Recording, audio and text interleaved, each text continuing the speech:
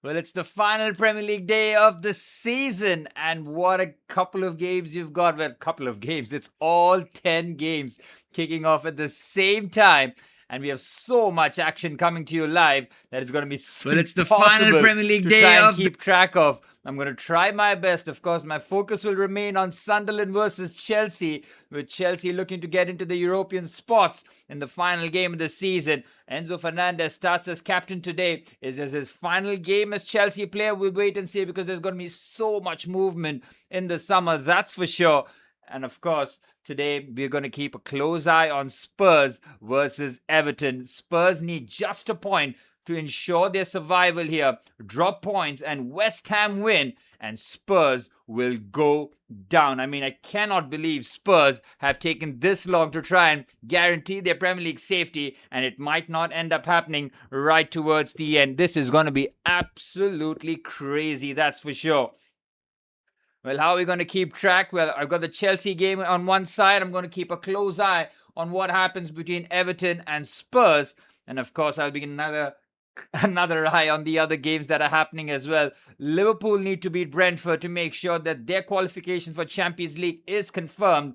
And of course, Bournemouth, if they win by a hefty goal difference and Liverpool lose out on their Champions League spot in the final game of the season. Well, it's going to be Mo Salah's last game of the season. I'm going to have a quick look at all the teams that we're going to have a look at here.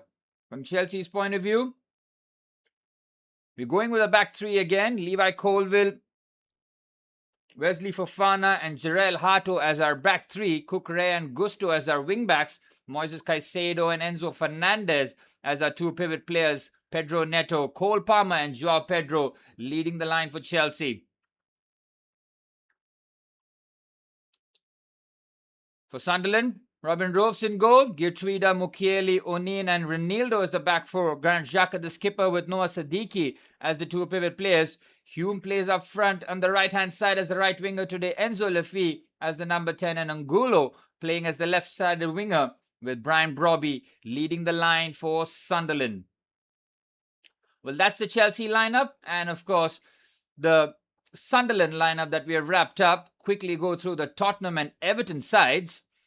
We've got Kinski in goal, Jet Spence, Kevin Danso, Mickey van der Ven and Destiny Udogie as the back five. Rodrigo Bentancur and Joao Palhinha keep their place as they did against Chelsea at the Bridge. Pedro Porro starts as right winger with Conor Gallagher and Mateus Tell as the other attacking players, and Richarlison starts as the number 9 today. Well, for Everton, Jordan Pickford, Vitaly Mikalenko, Michael Keane, Tarkowski, O'Brien, Iragbunam, James Garner, Iliman Enja, Dewsbury Hall, Rowe and Tierno Barry leading the line for Everton. Well, David Moyes said in this pre-match presser that he would love to help West Ham, his previous club, to try and guarantee them safety. Spurs' home record has been absolutely atrocious this season. So, even a point though for Spurs will be more than enough to guarantee Premier League survival, and if they do so, they are a dangerous proposition under Roberto De Zerbi next season. So much at stake in the final game of the season. Well, with Arsenal winning the Premier League with a game to spare, let's have a look at their lineup. They're playing against the Crystal Palace side, who playing Rayo Vallecano in the Conference League final midweek. They're still gone with a...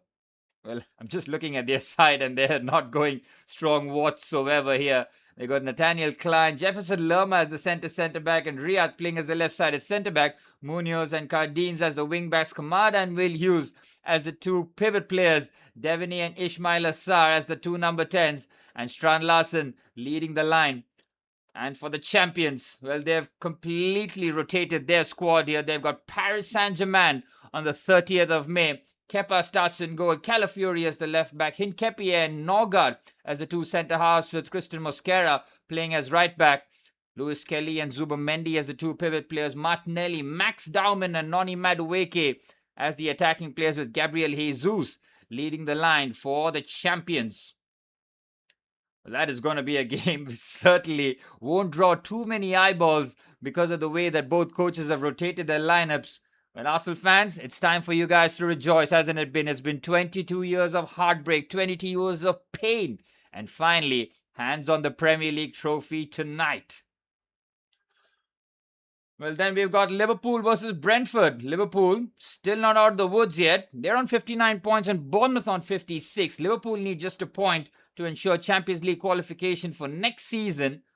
And they've gone with the strongest lineup with Alisson in goal, Curtis Jones, Konate, Van Dijk and Robertson as the back five, Gravenberch and McAllister. Mo Salah getting a start for his final Premier League game for the previous champion Szoboszlai as the number 10 and Rio Ngumua as the left winger with Cody Gakpo leading the line. For Brentford, former Liverpool keeper Kelleher in goal, Lewis Potter, Collins, Vanderberg and Coyote as the back five, Janelt and Henderson as the two pivot players with Schade, Jensen and Ouattara as the three attackers with Igor Thiago celebrating his Brazilian call-up for the World Cup squad leading the line for Brentford. Well, he's got 20 Premier League goals and the only other player that has got 20 Premier League goals this season has been Erling Haaland. Well, City versus Villa would have been a tasty game if City managed to get all 3 points against Bournemouth. But despite the case, John Stones plays his final Premier League game for Manchester City. Rico Lewis as a right back. Goodness me, I haven't seen Rico Lewis for ages. Ruben Diaz, Nathan Ake, Nico Gonzalez, Tijani Reinders, Savinho, Bernardo Silva, Phil Foden and Antoine Semenyo leading the line. So no start for Erling Haaland. Well, Aston Villa, I'm sure their players, managers and staff will be absolutely hungover after their magnificent performance in Turkey against Freiburg. 3-0 on the night with Tielemans, McGinn and Morgan Rogers scoring the 3 goals for Aston Villa. So it's Champions League qualification and a Europa League trophy for Unai Emery, who's got 5 Europa League crowns to his name. They've got Bizot in goal, Maatsen, Mings, Lindelof and Garcia as the back 5. Ross Barkley, Douglas Luiz and Bogard as the 3 midfield players. Buendia, Watkins and Leon Bailey as the front 3 for Aston Villa. Well then, of course, Brighton versus Manchester United.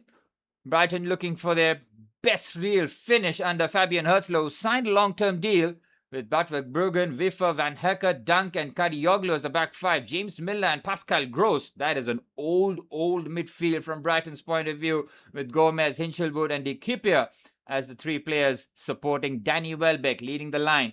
For Manchester United, all eyes will be on that man, Bruno Fernandes, looking to break the all-time Premier League assist record. Sene Laumans in goal, Shaw, Martinez, Maguire, Mazraoui as the back 5, Kobbie Mainoo and Mason Mount in the pivot. Dorgu, Fernandes and Amad Diallo with Brian Mbeumo leading the line for Manchester United. Earlier this week, Michael Carrick was announced as permanent Manchester United manager for next season. He signed a 2-year deal, which means that Michael Carrick's excellent form has rewarded him with a permanent stay with the Red Devils next season. Well, some Manchester United fans would have been disappointed with that appointment, but you cannot argue with the way that Michael Carrick has done in terms of not just the setup, but the results. They've beaten Arsenal, Manchester City, Liverpool, Chelsea, Spurs.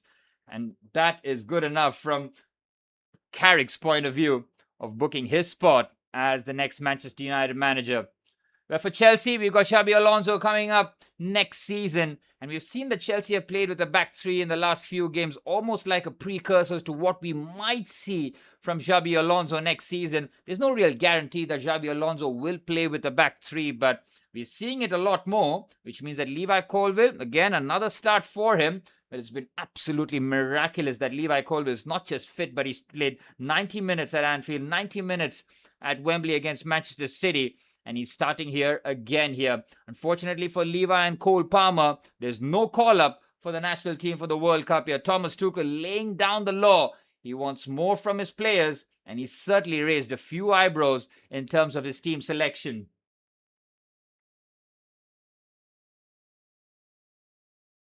It's going to be very, very interesting to see how all teams fare towards the end of the campaign.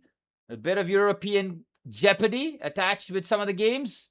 That certainly will keep our eyeballs peeled as to how the games will pan out. But it's going to be very, very interesting to see how Chelsea play here. Because, look, if you ask a lot of Chelsea fans, would you like to qualify for Europe, be that the Europa League or the Conference League, everybody would say, Forget the Conference League. There's no way Chelsea should be qualifying for that. Europa League, maybe with the squad that we have. We need to make sure that they get some game time next season. Else, it's just going to be one game a week for Xabi Alonso's men before the cup games towards the end of the year start off. So it's going to be very, very interesting where Chelsea end up finishing here. It's been absolutely nightmarish, man. We were 3 points behind Arsenal end of November.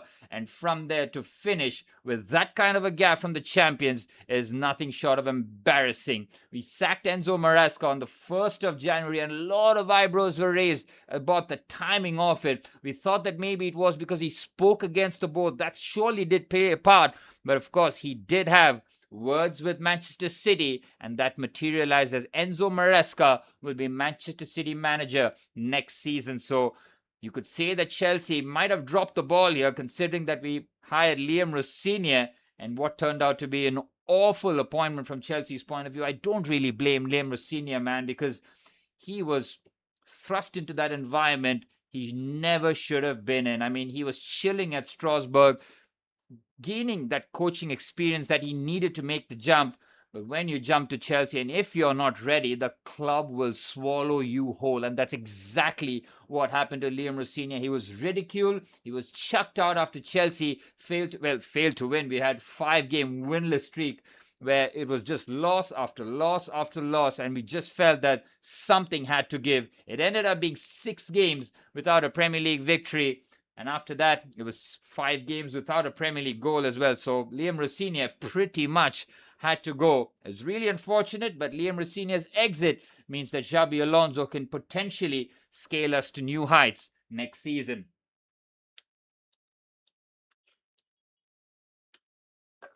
Well, it's 8th versus 10th in the Premier League from Chelsea's point of view.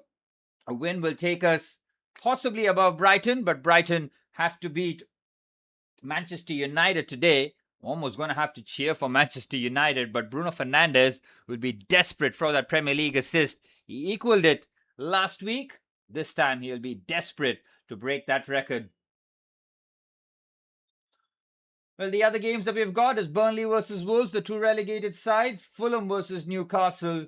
Nottingham Forest versus Bournemouth. Well, Bournemouth not just need to win, but need to win by a heavy margin and hope that Liverpool lose by a heavy margin to try and overturn that deficit.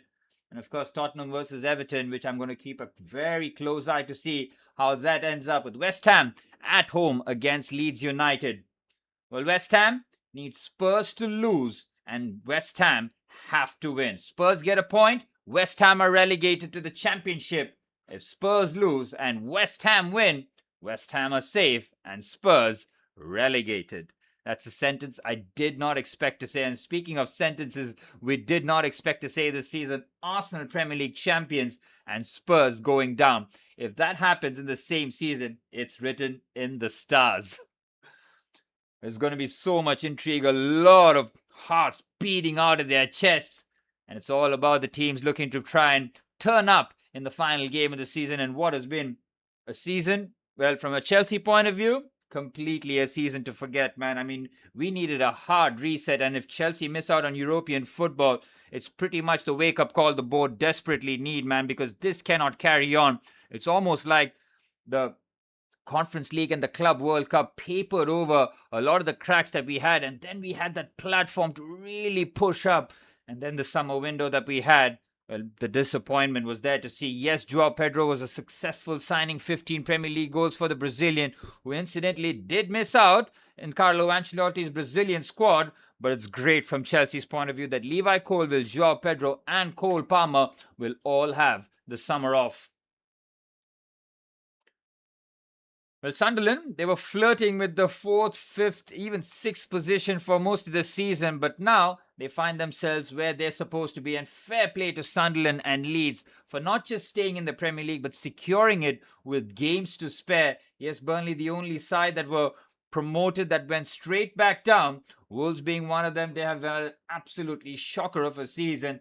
And of course, we're going to have to find out which one of the London teams between Tottenham Hotspur and West Ham are going to get relegated today.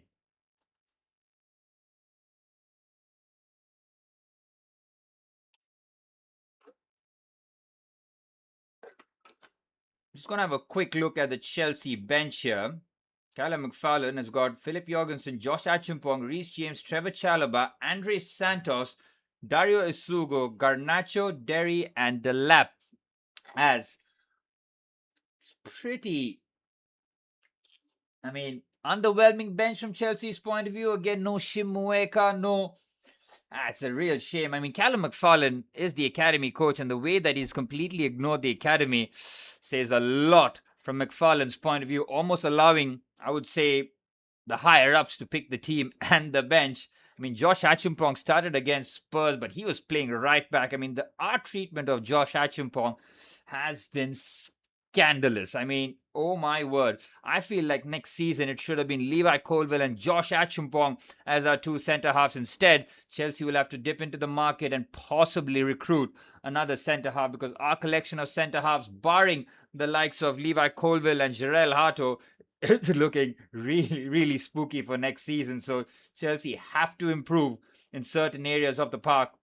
Well, wing back options mean that Chelsea don't have really that pace with Marc Cucurella and Malo Gusto as our two wing backs. There's a bit of talk that Marc Cucurella might be playing his last Premier League game for Chelsea, either with Barcelona and Atletico Madrid, possibly eyeing the Spanish left back, who's expected to start for Luis de la Fuente's men at left back for Spain in the World Cup. And of course, Jarell Hato, man, he has been a real positive for us in the last few months when everything looked like it was going down the drain. Jarell Hato stood up, showed that personality, and he's been excellent to watch. To see him as their left-sided centre-half certainly will be exciting. Levi Colville, he transforms our defence, doesn't he? Chelsea's ability to play out the back with Levi Colville in the squad goes up plenty of notches. His ability to just punch those passes between the lines and start off attacks is really a skill that we have missed throughout the season, and really hope that Levi Colville can have a good summer off, recover, and come back stronger next season with Xabi Alonso at the helm. Got about 10 minutes to kick off here.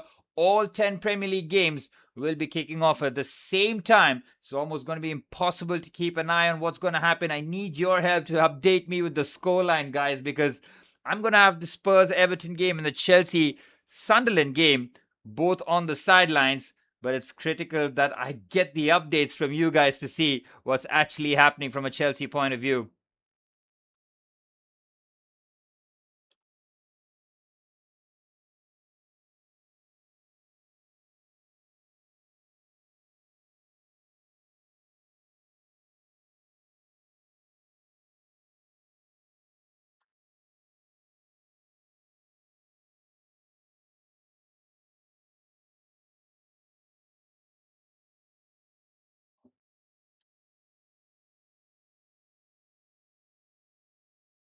It's been so much fun this season. It's been my first season of doing watch-alongs, and it's been thoroughly enjoyable, guys. All of you supporting the channel, I really do appreciate it, man. It's completely transformed the way that I watch football now. I don't think I can go back and just watch games sitting back on my couch and just enjoying the games. I gotta be live. I gotta see what's happening, and to call the action myself is absolutely brilliant, man. It's great practice for me, being a professional commentator.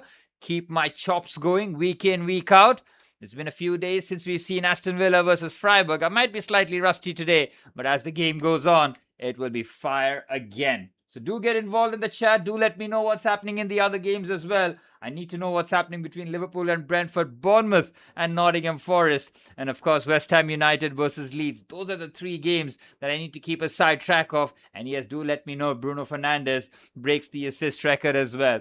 That's the kind of assistance I'll need, especially with all 10 Premier League games kicking off at the same time here today. What a way this is to sign off here. The jeopardy at the top of the league is all gone. It could have gone to the final game of the season, but we needed Manchester City to beat Bournemouth. Bournemouth were absolutely brilliant, man. They should have taken all 3 points. Brooks had two glorious opportunities right towards the end to put the seal to the points, but Erling Haaland pulled a goal back right towards the end to make it a bit nervy for Arsenal. But Bournemouth managing to hold on meant that Arsenal broke their 22-year drought from a Premier League title. And you can see from their squad here today, no real interest of possibly winning the game here. It's all eyes on the 30th of May, where they play Paris Saint-Germain in the Champions League final. Well, today is going to be the last Premier League game, but we're going to have two more watch-alongs after this. That is the Conference League final between Crystal Palace and Rayo Vallecano. That is on Wednesday night. And of course, 2 days later, Arsenal versus Paris Saint-Germain. What a way to end this campaign here. What's up to the stream, Utkarsh? Great to see you here, bro.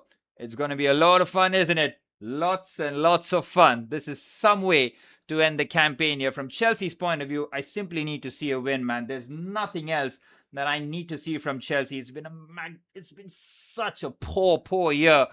And it's been a year of self-sabotage, self-inflicted damage that Chelsea have done so beautifully well. I mean, it has to be studied of how Chelsea can implode from within and make it look like it's everybody else's fault. That has been absolutely shocking. The last time we played Sunderland was at the Bridge, and we thoroughly deserved to lose that game. Chelsea took the lead courtesy of Garnacho. Brobbey scored in the first half with the equalizer, and right towards the end, Chelsea's comical defending meant that Sunderland took all 3 points at the Bridge.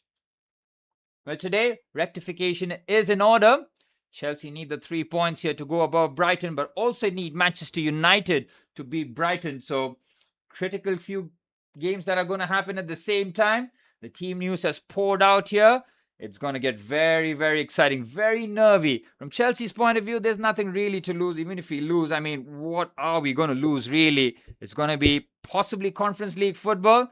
I've pretty much checked out from that point of view, but Chelsea have won 2 Champions League and 2 Europa League crowns, and possibly looking to add 2 Conference League crowns on top of it all.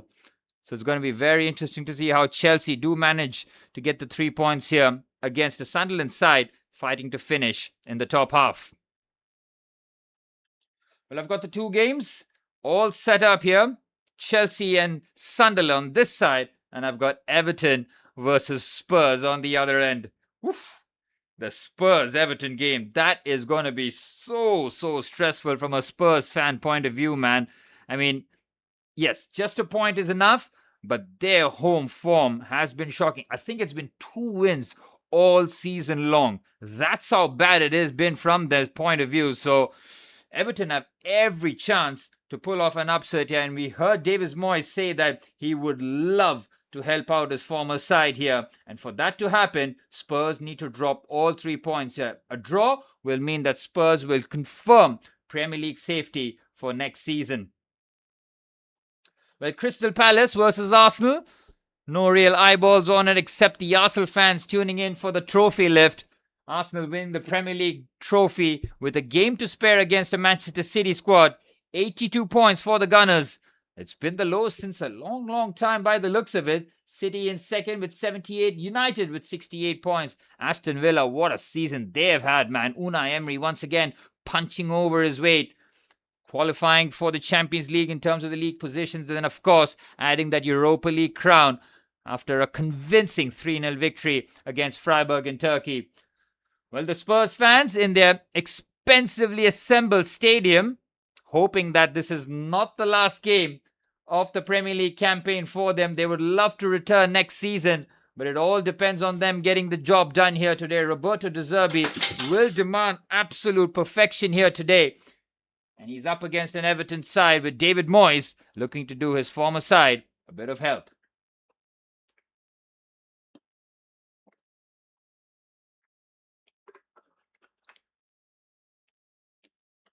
Well, all games will be kicking off at the same time.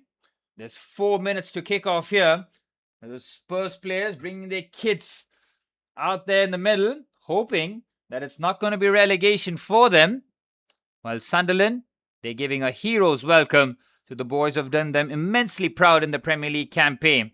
I mean, Sunderland were absolutely brilliant in the early stages of the season, man. I mean, the way that Granit Xhaka was playing in midfield, it almost felt like it was such a strange decision that he ended up in Sunderland of all the clubs, considering his high level of play this season. Enzo Fernandez has got the captain's armband today. Is it the last time that we're going to see Enzo in Chelsea kit yet? It's going to be interesting to see where Enzo lands up next summer. There's been talk that Real Madrid and Manchester City might be his primary destinations. I mean, if he goes to Manchester City, fuck off Enzo Fernandez, man. Absolutely go to hell.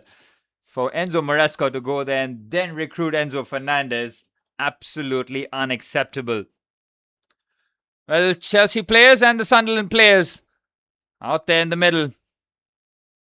Well, Chelsea going a bit more attacking. Good to see that's not Enzo Fernandez and Cole Palmer as the two number 10s. We've got a bit of pace with Pedro Neto playing as the left-sided, well, not winger, but he's going to be playing as the left-sided number 10. That's going to be interesting to see how Chelsea do line up here with Marc Cucurella possibly at wing-back, holding the width, and Pedro Neto possibly just trying to unleash with his left foot with not too much thought. Well, it's a rapturous environment here. Great atmosphere, the Stadium of Light. Chelsea have a really poor record, but the last time we played Sunderland at the Stadium of Light, let me just go through the Rolodex in my head. I want to say it was the season where Chelsea won the league. Antonio Conte was the manager. Cesc Fabregas scored the only goal for Chelsea. It was a lovely goal. I remember that was a team move. Willian played the ball first time and Fabregas with a first time effort into the bottom corner. I think that was the last time we played Sunderland at the Stadium of Light.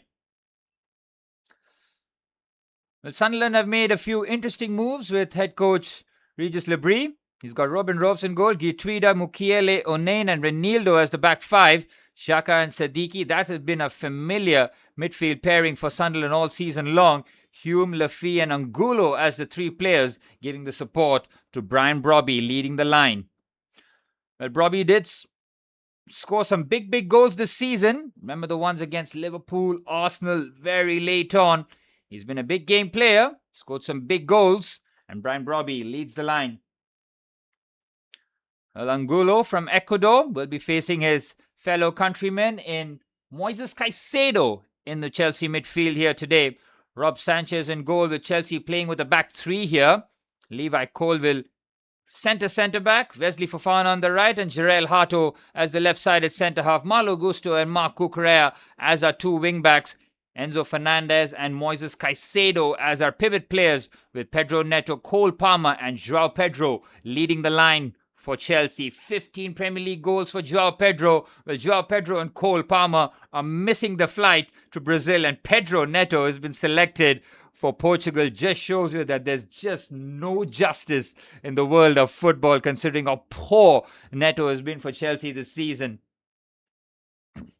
Chelsea's bench of Delap, Asugo, Santos, Chalobah, James Achimpong, Garnacho and Jesse Derry all out there on the bench. It's going to be so tricky trying to keep a track on what's happening in all the games here. Please help me out in the chat. Let me know if there's been goals at the other games. Of course, the ones that's happening, the ones that we're certainly going to keep an eye on is the Liverpool-Brentford game, Bournemouth, Nottingham Forest. If you're interested in letting me know whether or not Bruno Fernandes has broken the all-time Premier League assist record, do let me know. And of course, West Ham taking on Leeds United. These are the games holding so much weight as Callum McFarlane hopefully takes charge of Chelsea for the final time. Well, we've got Xabi Alonso next season, so certainly enough optimism around the Blues. But if he cannot sign off with a victory here today, it's going to be further a dampening mood for Chelsea to wrap up this season. It's been a season to forget, but football, like we've seen in life, is very fickle. Things move very quickly, and if Chelsea can rectify the season next season, this one will be put in the rear view mirror. The Regis Lebris has done a fantastic job, and will be looking to put one over Chelsea here. Do the double over the Blues, as the Stadium of Light will be rocking here. Spurs versus Everton, that's kicking off as well. This is going to be a brilliant final day of the season here. Thank you all for tuning in, and do keep me posted on what's happening in the other games. Chelsea versus Sunderland on one screen. I got Spurs versus Everton in the other, and here we go.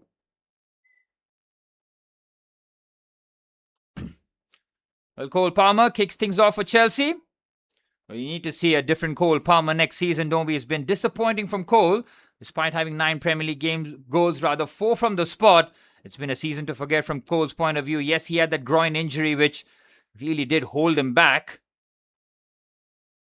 Since then, he hasn't looked right, but it's finally a summer where Cole Palmer gets off, man. I mean, he's had 3 seasons on the bounce with no rest in the summer. So this is almost godsend from Thomas Tuchel's point of view.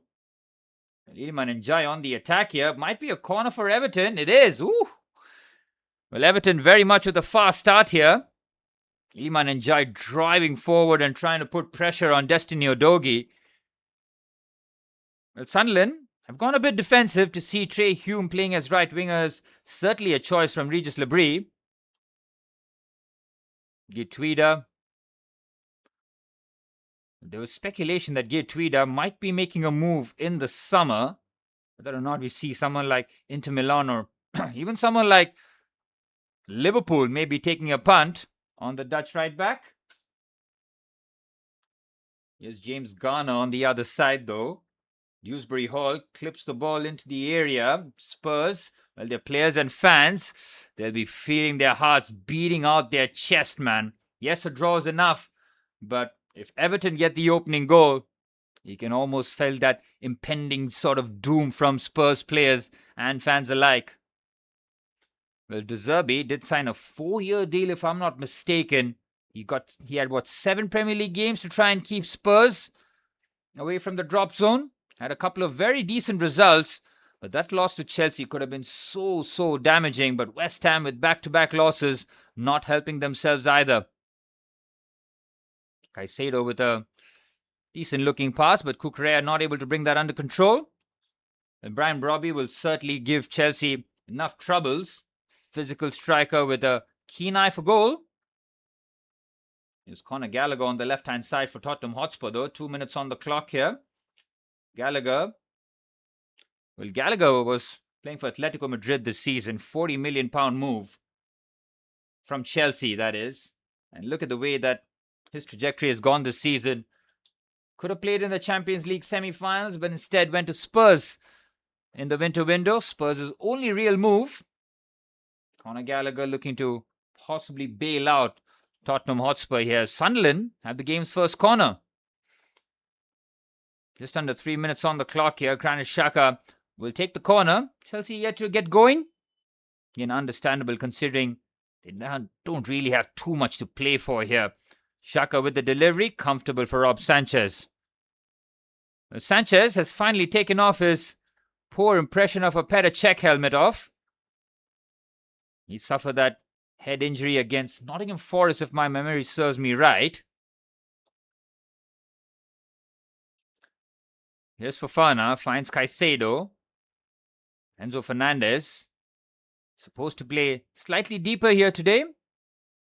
Almost with Pedro Neto trying to hold the touchline, but Neto is not holding the touchline. He's playing on the right-hand side. And now Cole Palmer in the half space. It's Cole Palmer. Oh, weak finish. Palmer has another opportunity though. Looking for 3 seasons on the bounce with double-digit Premier League goals. Cole Palmer. The 1-2 opportunity has been gone away, and it's a corner for Spurs at the other end. Cole Palmer showed a great burst of acceleration, but his shot was very weak. Here's Neto. Well, interesting that Neto is playing as right wing-back, and it's Malo Gusto playing in midfield. Certainly an interesting move here by Callum McFarlane. Seeing Caicedo and Gusto as our midfield players rather than someone like Andre Santos or even Dario Sugo.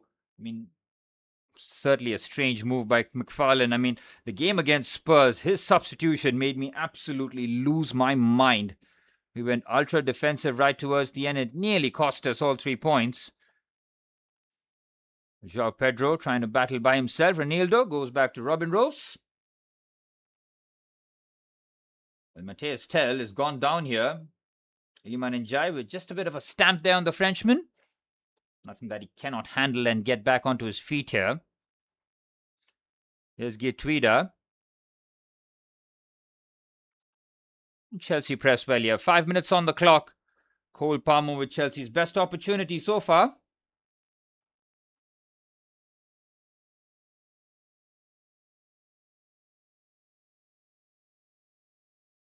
I don't think we've seen any goals in the Premier League so far. No early goals. All 10 games kicking off at the same time. Well, if Arsenal needed a result in the final game of the season, well, Probably needed another screen. Luckily, Arsenal got the job done in that manner. Almost impossible to keep track of 3 games. Here's Joao Pedro trying to run Mukiele ragged there. Here's Xhaka. Ooh, it's a risky pass there by Xhaka. And Sunderland play out the Chelsea press nicely. Now on the right-hand side, there's acres of space. Enzo Fernandez trying to hurtle back here. Sunderland have got the overload. On the right-hand side, it's a brilliant strike. Good save by Sanchez. It's another corner for Sunderland. Well, it's Hume on the right-hand side. It's Enzo Lafie, rather, finding himself on the right-hand side. Chelsea getting cut open here. Look at the amount of space in that midfield area. And then on the right-hand side, completely missing was Mark Cucurella and Jarell Hato. Where are the 2 players, man? Completely MIA. Good save there by Sanchez at the near post. Again, either one of Cucurella or Jarell Hato need to be there, man. Ooh, Conor Gallagher just hit the side netting. Good first touch there by the Englishman. Couldn't wrap his foot around it. Decent strike, though, by Gallagher. De Zerbi wants that early goal. He desperately needs it. Another corner here for Sunderland. Oh, Sanchez completely caught out there, but the foul has been given against the against the Sunderland player on the foul on the Chelsea goalkeeper. Let's have a look here. Yep, you can see there a foul on Sanchez, but it's not the best bit of goalkeeping there as Brian Brobby put him under pressure.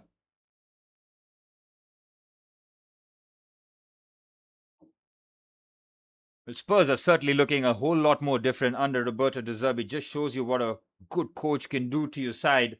The way that he is almost empowered Kinski as the goalkeeper. It looked like his career was done and dusted after those mistakes against Atletico Madrid in the Champions League. But he likes his ball playing ability. Vicario's season has been shocking. And Kinski has taken his chance and he's now become Tottenham Hotspur's first choice goalkeeper. Fair play to him, man. I mean, getting hooked by Igor Tudor 15 minutes into the game could crush you as a player, especially on a big night like that. But De Zerbi doing really well. Here's Noah Siddiqui, finds Granit Xhaka on the left-hand side to Renildo. Just over 8 minutes on the clock. Cole Palmer with the only real attack for Chelsea so far, which ended up in a weak finish.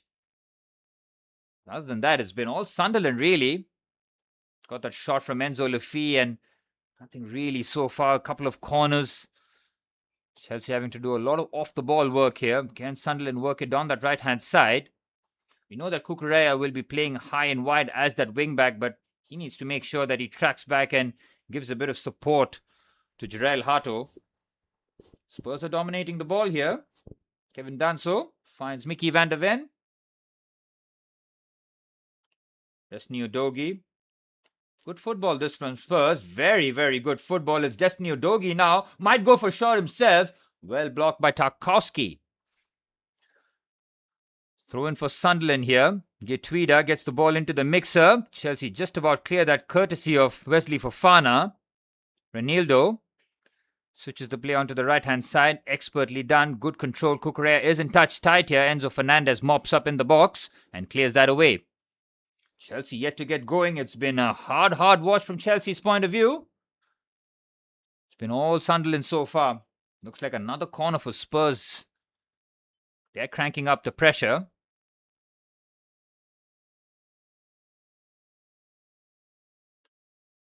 The only goal, 9 minutes across all 10 Premier League games, has been Wolves. Wolves have scored the early goal against Burnley.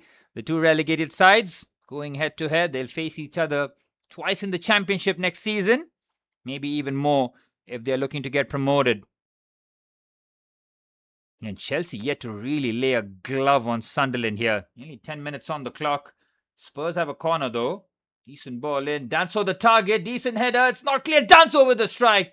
And he pulls it wide. Big opportunity here for Spurs. And now Sunderland on the left-hand side. It's Granit Xhaka. He takes far too long on the ball. It's Xhaka again. Decent delivery here. It's gone all the way for a shot from distance. It's well blocked. Enzo Fernandez again getting himself involved. Nori Mukiele pulling the trigger from distance. Over 10 minutes on the clock. all Sunderland here at the Stadium of Light. They're cooking us. Well, Kulusevski, Romero, and Mohamed Kudus still injured. Well, Romero was planning on a decent break before the World Cup. He pretty much got bullied to book his flight from Argentina back to London. He got that, I want to say an ACL, not an ACL injury. He picked up a serious injury that pretty much ruled him out for the season.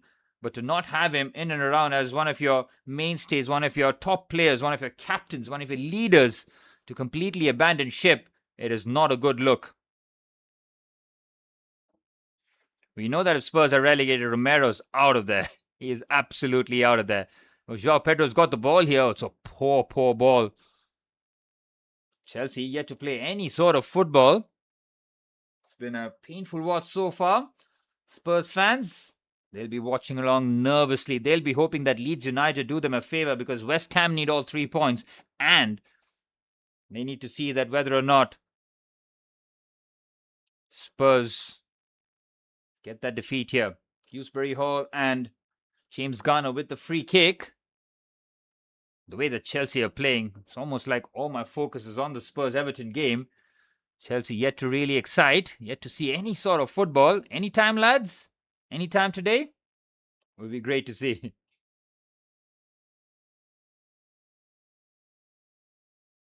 Yep, as it stands, it's still Wolves, the only team that has managed to find the back of the net in the final Premier League game of the season. Here's João Palhinha. Destiny Udogie to Matthias Tell. Patience here from Spurs.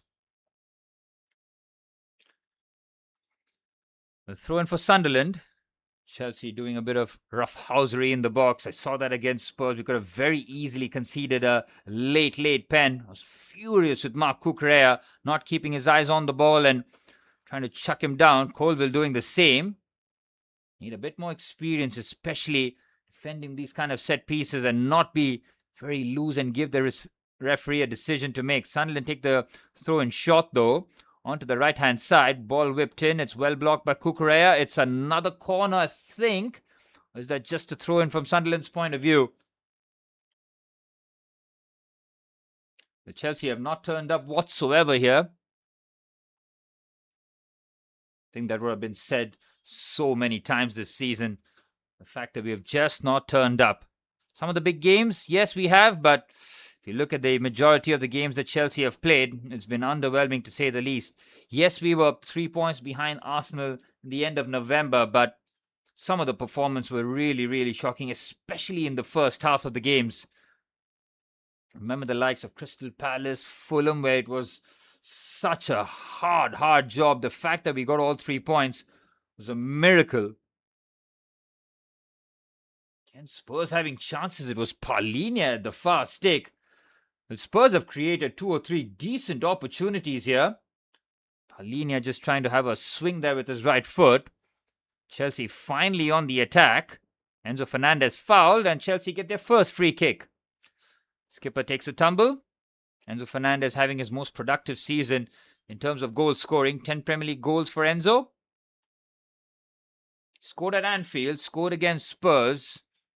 He scored at the Parc des Princes. There's some big goals that Enzo Fernandez has scored this season. A lot of Chelsea fans, including me, might be saying, yep, if Enzo wants to go, you can go. But to replace his kind of profile with that big game mentality and his ability to influence the games certainly is going to be hard to replace. But yes, Enzo Fernandez, as a midfielder, does have some of his deficiencies. It's almost like trying to strike a balance as Pedro Neto's ball into the box. It's not cleared away convincingly. Joao Pedro nearly gets a thing. Moises Caicedo! Brilliant block. Caicedo again shifts it onto the right-hand side. Here's Enzo Fernandez. Oh, poor bit of control there by Enzo. But he wins the ball back. He's swarmed by 3 Sunderland players. Chelsea want a corner. Fernandez still battles. And Sunderland get the ball back nicely.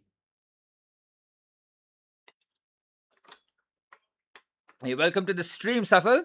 Nice to see you here. Let me know which team you're supporting and where the kind of result that you want. Really do appreciate you tuning in here. The final game of the Premier League season. I've got 2 more watch-alongs. The Conference League final that's happening Wednesday night. And 2 days later, We're going to see the Champions League final in Budapest. Arsenal versus Paris Saint-Germain. Arsenal looking for a Champions League and League double, while Paris Saint-Germain look to go back-to-back in the Champions League. And it's all Spurs on the attack here. Relentless stuff from De Zerbi's men. Barely seen anything from Everton so far.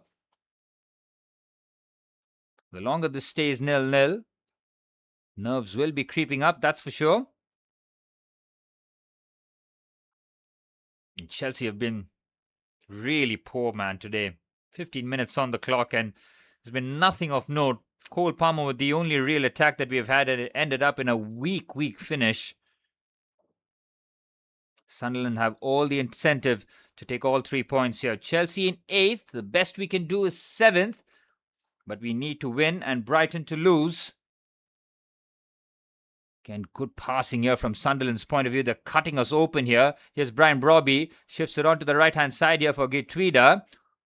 On his right foot here. Now the cross comes into the box. Again, Chelsea thin at the back. Here's Hume on the left-hand side.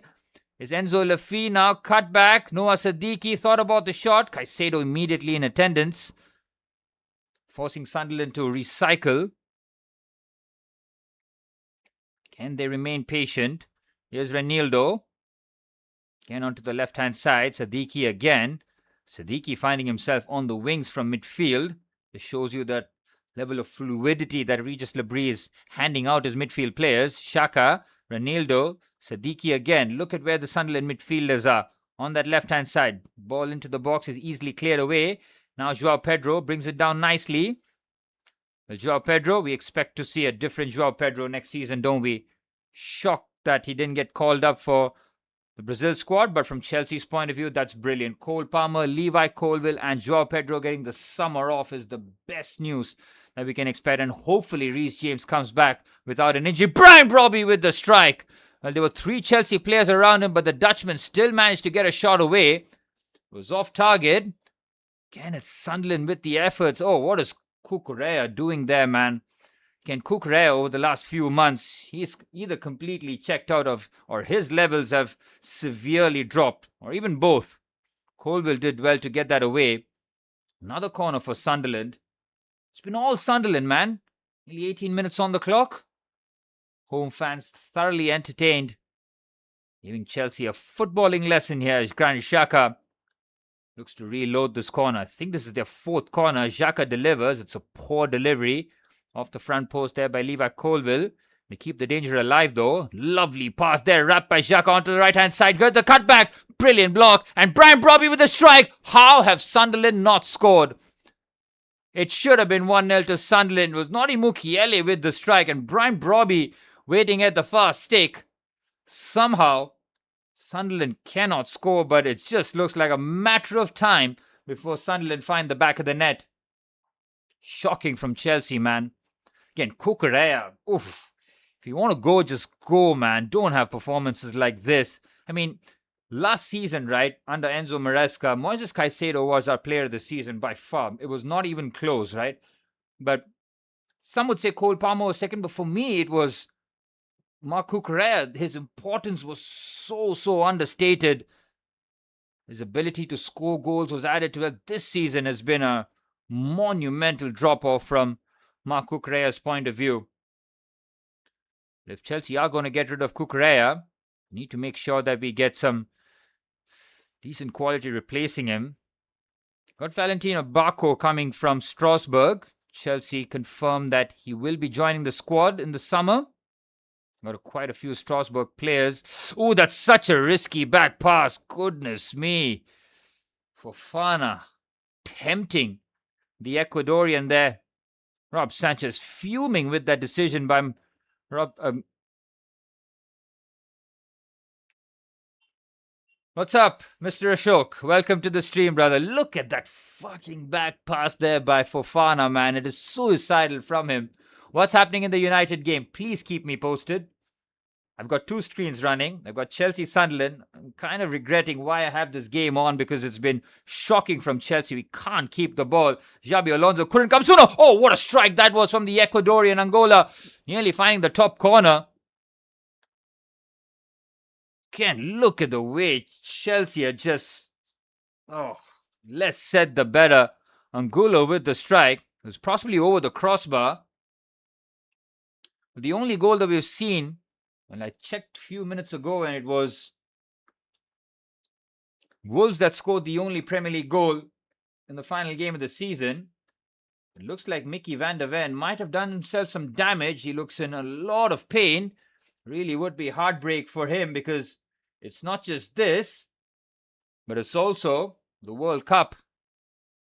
The Zerbi's fuming out there. It's been played at a walking pace. I mean, it's probably better than what Chelsea are serving up here. It's been absolutely disastrous. 20 minutes on the clock, and I want this game to be over. Please, can I see next season, man? Jeez. Sunderland are playing us off the park. Still 0-0 here, Spurs Everton. Is Bruno Fernandes going to get that assist? He's going to do everything in his power, isn't he? If you're a Brighton player and Fernandes has the ball, just keep backing off. Make sure that the other players are marked. And if Fernandes wants to shoot, so be it. Here's Xhaka. Angulo to Renildo. Sunderland absolutely bossing this one. Chelsea have been a disgrace. I have nothing to play for. Why am I fuming? I'm fuming with these guys, man. They've given me nothing to cheer about this season. Why should I let them off the hook, even in a quote-unquote dead rubber? Never. When you allow shit like that to slide, like I said, give players an inch, they'll take a mile. It's not like we got nothing to play for. Win here today. You guys do us a favor. We got Europa League football next season.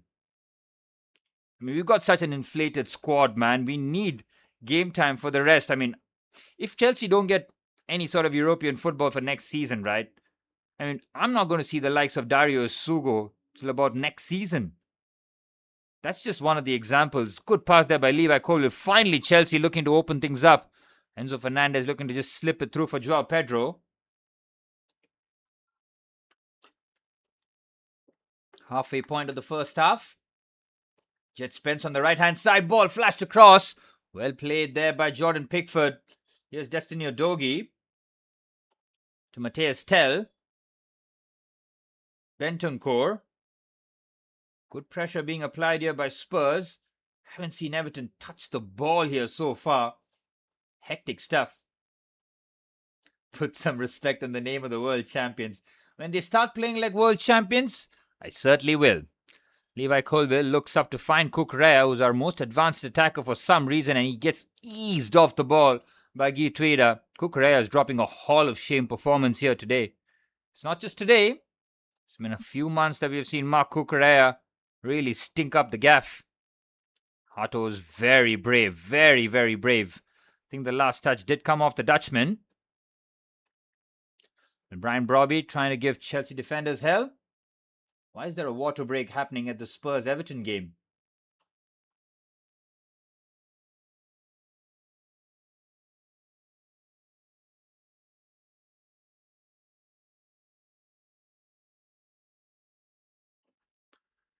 Well, Fulham have scored against Newcastle, and Antoine Semenyo has opened the scoring for Manchester City Aston Villa players. Well, to say that they're the team that are most on the beach. That's why it was going to be hell for Arsenal if Manchester City beat Bournemouth, because Villa completely checked out, right? They've got a decent squad out there, but I'm sure they're all still hungover after their European exploits there. It's a brilliant strike, and Sunderland do have the lead. Outside of the boot, near post that Rob Sanchez gets caught out of. And it's an unlikely goal scorer that gives Sunderland the lead. It's Hume with a lovely Trivela finish.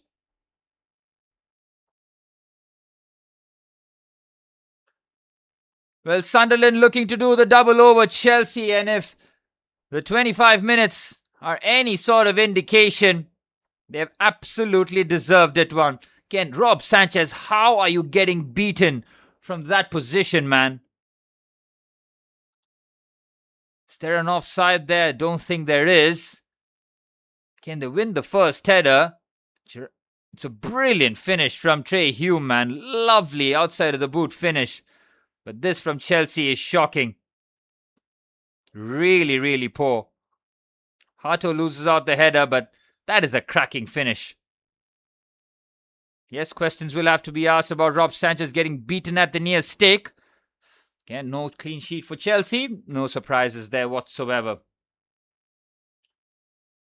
The UK heat hits different. Mate, come to Mumbai. Just come here, please.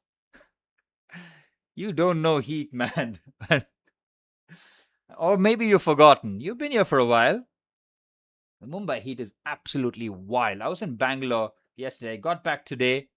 And the difference, whew, almost like a microwave heat hitting you in the face. Wild. What's the temperature in London?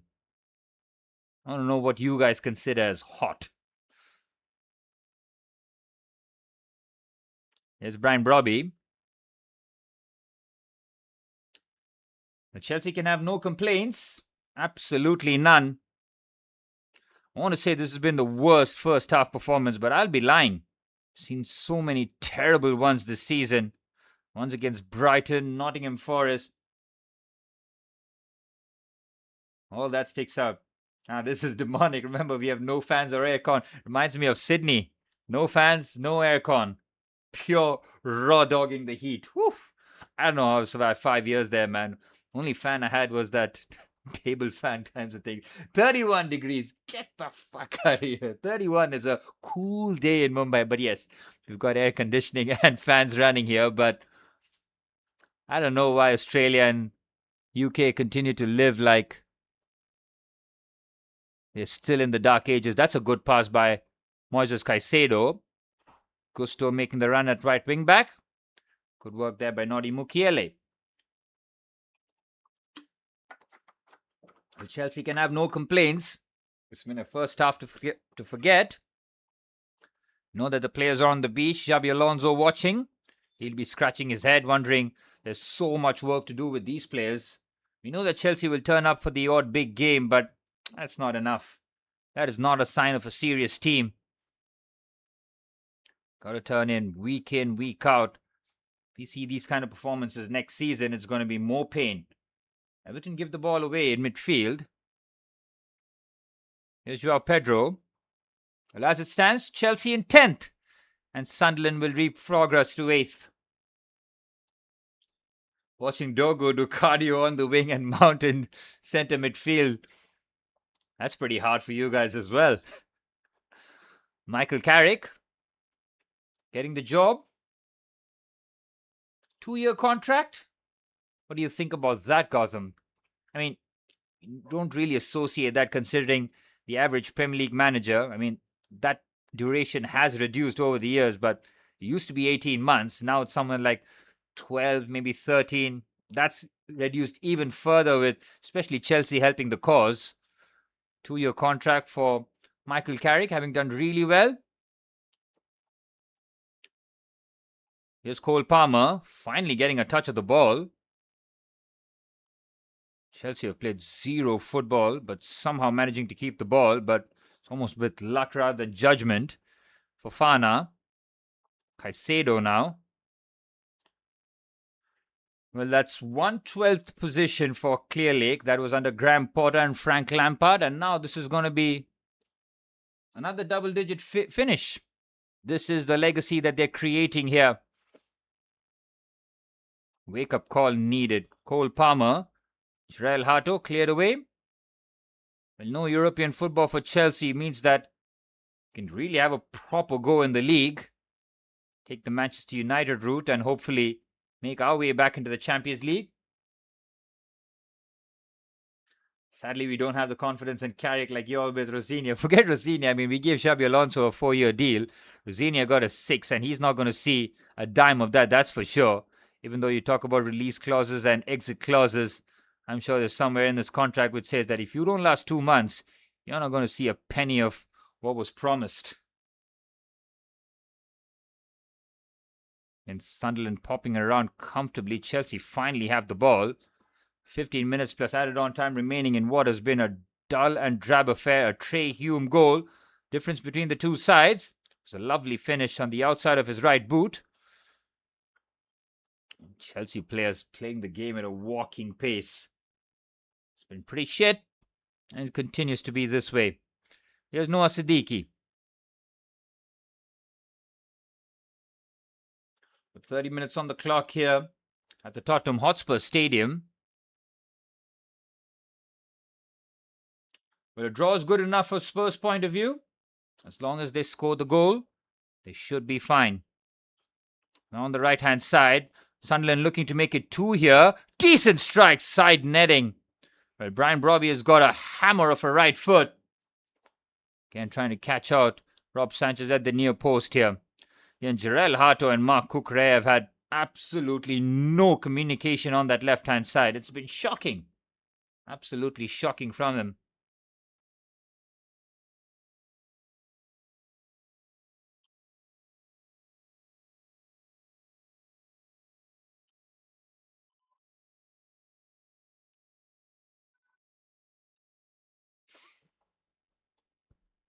Again, where are the goals, man? Where are the goals in the Premier League? Just absent. Everybody's on the beach by the looks of it. You'd think they'd have Alonso in earlier. July is late, but I'm sure that they'll bring him secretly to Cobham. Again, Chelsea players need a rest, man. We always knew that the Club World Cup was going to kill us physically. The likes of Levi Colwill, Joao Pedro, and Cole Palmer getting the summer off, much, much needed. No such luxury for Enzo Fernandez and Moises Caicedo. Well, thoughts about the England team? A lot of eyebrows were raised, but I almost predicted that what was going to be like Thomas Tuchel's starting 11. Yes, he's going to have a few rotational pieces. I mean, Trent Alexander-Arnold was never going to get picked. Why was everybody like shocked and awe? We've seen Thomas Tuchel never pick him. So it's never going to happen, really. Yeah, Phil Foden and Cole Palmer, I wouldn't say they deserve their spots either. Look at Wesley Fofana, man. He is just playing some diabolical football here. Again, there's no shout from him or Rob Sanchez. It's another corner for Sunderland. This should have been a comfortable gather. Why is Fofana going out there and trying to clear? I'll never understand. Well, Iliman Ndiaye was shaking and baking just outside the Tottenham Hotspur box. Everton goal. And boy, oh boy, we're all going to be awake. If this continues from Chelsea's point of view, I'm going to switch the Spurs and Everton game as the primary focus and keep Sunderland-Chelsea on the back burner. Decent leap there. Enzo Fernandez just about clears that away. Corner for Everton. This could be David Moyes territory. Dewsbury Hall delivers. Oh, it's just about cleared. Jet Spence can get the ball away. I'm watching Welbeck run rings around Martinez, and Tommy Tactics picked Ivan Toney. I mean, Danny Welbeck, such a disrespected footballer, man. Again, Dan Burn, Henderson. Again, we're not going to be seeing Jordan Henderson anywhere playing any sort of games. Maybe he comes on when like England are probably 2 or 3-0 up, giving him poverty minutes. But England's midfield is stacked. I mean, are we going to see enough of Kobbie Mainoo? Just for an example, right? Because he's going to be third choice in the pivot. It's going to be Declan Rice and Elliot Anderson that are going to be starting the bulk of the games. Someone like Kobbie Mainoo is going to find it difficult to, have that game time. So let's put Kobbie Mainoo as the third English midfielder. Fourth one is pretty much pointless. So I think the England fans are just upset that the big names aren't called up in terms of options. But Thomas Tuchel is going for tactics over the big names. Yeah, some strange calls like Noni Madueke getting the call certainly is a choice. I think they'll be fine. I think quarterfinal minimal.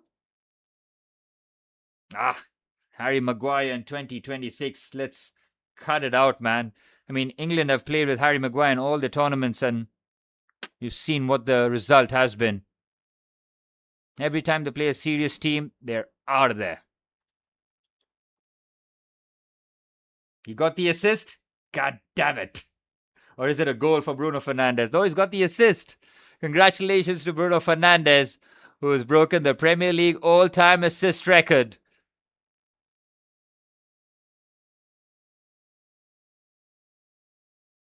Well, Patrick Dogu scoring. Ooh, there's a chance there for Tottenham Hotspur. Kevin Danso. Can't get the shot away. That's been pretty much Spurs' story in the first half. A lot of nearly moments. Just under 10 minutes remain at the Stadium of Light. Adam, be honest. Did Bruno Fernandes really deserve PFA Player of the Year? Come on, man.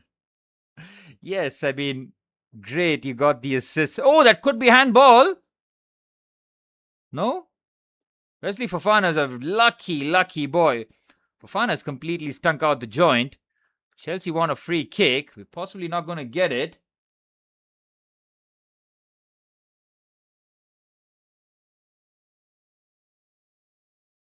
Let's have a look here. Brian Brobby. It's come off Fofana's arm. Again, it's not intentional, but his arm is sticking out. Oh, come on, Gotham. I want you to be objective, please. No, he didn't. So we're just going to ignore the first till January. We're going to completely ignore that. And you had absolutely nothing to play for when Carrick has come. It's pretty much dead rubbers, man. Absolutely none. Nah, sorry. I mean, great. He's going to have the Premier League assist record. Take that to the bank. Nobody's ever going to take that away from him, but come on. It's got to be one of the Arsenal players. They've got their winning league, man. Hey, thanks so much there. I'm going to get your name right there. Team... Oh, goodness me. Nosman? Timinus Masman? Oh, my goodness. You need an easier name, but thank you so much, brother, for supporting the stream. I really do appreciate that. Thanks for tuning in. We've got a couple more watch-alongs coming up to end off the campaign. Exactly. Whatever was his issue, he's not the most creative and influential player in the league. Again, this is all... I don't want your Manchester United bias here, man. Again, which game was a big game, you know, something of importance? How many just balls into the box with corners and all that? Lesser than João Pedro, just wide. Finally, Chelsea with the attack. João Pedro looking for a 16th Premier League goal. Malo Gusto's left-footed ball into the box. Decent leap there by João. Chelsea's first attack in nearly 35 minutes. I'm trying to say your name, man. Look at this. Temin Nosman. Did I say that right? I'm giving you the shout out, man. I really do appreciate you tuning in and giving the support. Again, assist record. For what? He plays for himself. Anyway, it's very hard to convince a Manchester United fan. I'm happy you're happy. Let's keep it that way. To say he was the best player in the league, get out of there, man. Again, what is this assist? Like, it just balls over the top. Again, I never saw it with Bruno Fernandes. I never will. And there's a reason why everybody who leaves his grasp goes out and wins trophies. Sarim, that's so much more easier to say. Thank you so much, Sarim. Thank you for enjoying the content. I've got a lot more coming up over the summer, that's for sure. It's been a real pleasure. The watch-alongs have been a lot of fun. It's given me a completely different dimension in terms of enjoying the games. Even though Chelsea are dropping stinkers week in, week out, have you guys around does make it a bit more enjoyable, that's for sure. Only he cares about individual records, man. You should understand that. Okay, you saw his reaction when Brian Mbuemo missed. He fell to the ground like you were playing a Champions League final. He plays for himself. Again, when I'm telling you now, right here, right now, when Bruno Fernandes eventually leaves your club, that's when you will be performing as a team. Everybody else eats. Now it's just Bruno, just about him. Again, great for Bruno Fernandes. His G&A record, fantastic. But come on, we've been watching football from the early 2000s. When did we become so G&A heavy, man? Let the Gen Z people worry about that. Again, it's just assists. Everything is Bruno Fernandes. Did you see his assist? Just ball over the fucking top. Don't you get sick and tired? Under 5 minutes remaining. As I said, once he leaves your club, then you might finally see yourself as a fully functional team. I know you won't be able to see it, but there's a reason why there's no league title. Carabao Cup, FA Cup. Greatest creator the Premier League has ever seen. Enough with that.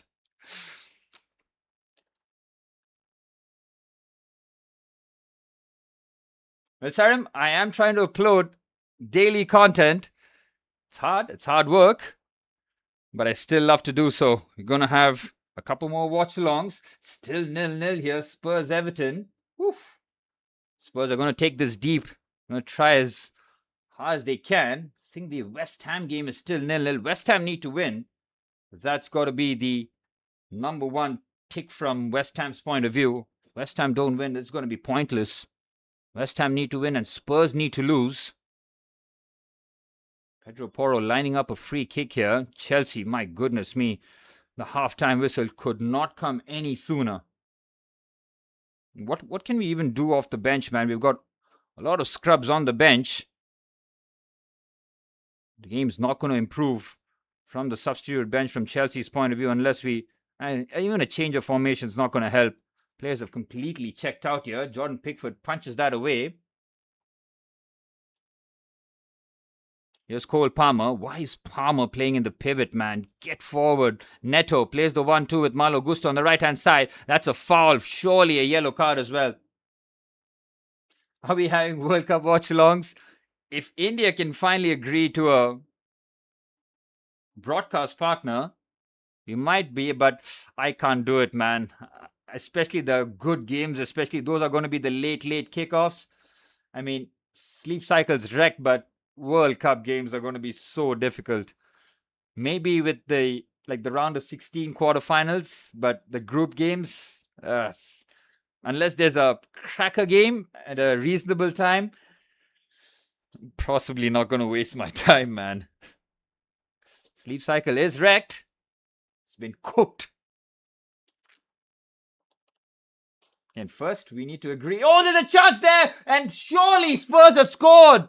It's João Palhinha! It's a massive goal for the Portuguese. Spurs score the goal that they've been thirsting for. They finally have it, and look at the celebrations on the sidelines. João Palhinha with a clutch goal for Spurs. And as it stands, we'll have Premier League safety locked up. Well, that's a couple of big goals that João Palhinha has scored in the last couple of months. This one, no more so as important as we've seen.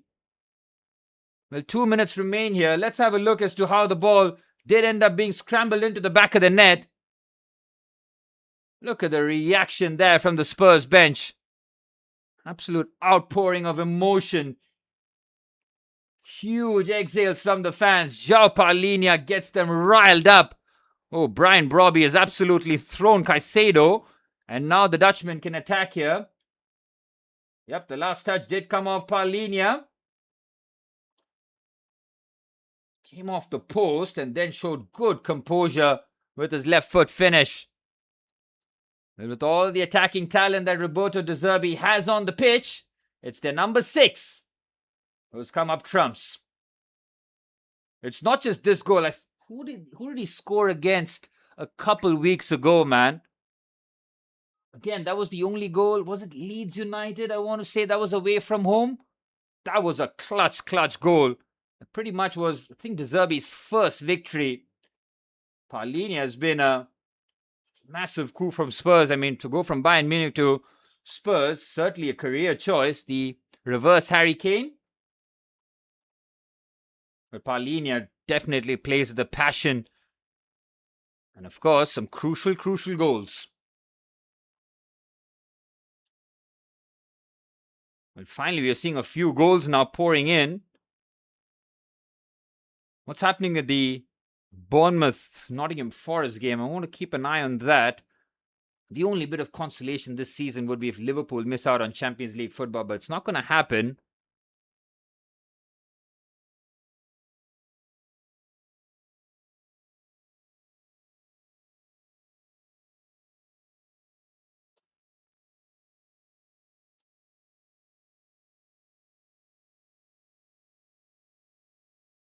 Ah, for fuck's sake. Nottingham Forest have scored. So, yep, Liverpool are going to be in the Champions League next season, which means that Arne Slot stays. I think we'll take that as a good news.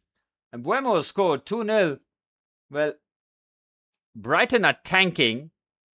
And if, as it stands, Chelsea need to try and reverse this result to climb over Brighton. But looks like Chelsea players are in no mood to turn up here. It's been a shower of shit performance from the Blues. Not at all enjoyable. And we gotta ditch the back three for now, man. Oh, we don't have wing backs. That's a decent pass. Malo Gusto up against Angolo. Cleared away. There you have it. Sunderland, as it stands, will leapfrog to 7th. They'll play Europa League football next season. Brighton having a late collapse. What a job Regis Labrie has done, man. The fact that they were never in relegation trouble just shows you just brilliant recruitment from Sunderland's point of view, man. Brilliant. Noah Sadiki, Granit Xhaka, Nodi Mukiele. I mean, these are some excellent players at the Premier League level. Okay, and of course, Brian Brobby as a striker. Oh my goodness me. Pedro Neto struggling on that right-hand side. Chelsea looking to take a quick free kick. Pedro Neto trying the tough guy act against Nodi Mukiele. Needs to be careful. Mukiele will knock his teeth out clean if he continues. Pedro Neto giving the big one, man. I hate him. Absolutely hate him. Again, if you're going to play a back three with wing backs, Pedro Neto can only be a wing back for us next season. Cannot see him as a winger at the club again. Chelsea need to invest in the wings after what has been some shocking recruitment. Well, Mukiele's foul means that Chelsea have a free kick. This would be the last action of what has been a disgraceful first half performance from Chelsea. Disgraceful. Yes, the boys have got nothing really to play for, but come on, man. Turn up against the Sunderland side. Maybe even play Europa League football. This is a true failure of a season. Finish 10th. That is clearly capital Blue and Co. heritage now. A 12th place finish followed a couple seasons later with a 10th place finish as the referee blows the half-time whistle at the Stadium of Light. Trey Humes outstanding outside of the boot goal. The difference between the two sides. Regis Labrie, as it stands, got his side in 7th. Manchester United doing them a huge favour, taking a 2-0 lead against Brighton. Chelsea, disgraceful performance as it stands in 10th. In what has been a shocking campaign and a shocking way to end the season. Half-time at the Stadium of Light, Sunderland 1, Chelsea 0. The Spurs are about 45 seconds away from half the objective being ticked off here. De Zerbi is certainly coached to win. Barely seen anything out of an Everton point of view. João Palhinha as it stands. The Spurs folk hero.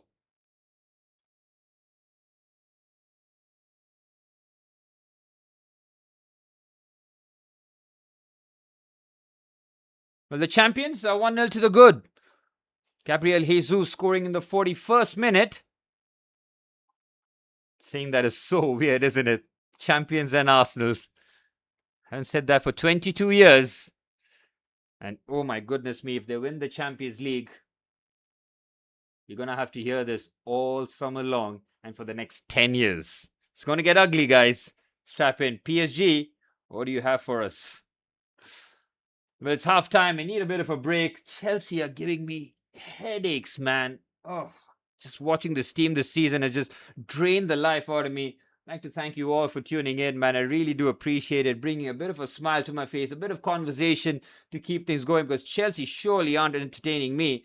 It's been disgraceful from them, and I don't see how it improves in the second half because we got our quote-unquote best team out there. So how does it improve when we've got absolute scrubs on the bench? So 1-0 for Sunderland. Fair play to them. Go out there, play Europa League football next season. Chelsea, we're going to have one game a week. We're going the Manchester United way. Watch United. No, thank you.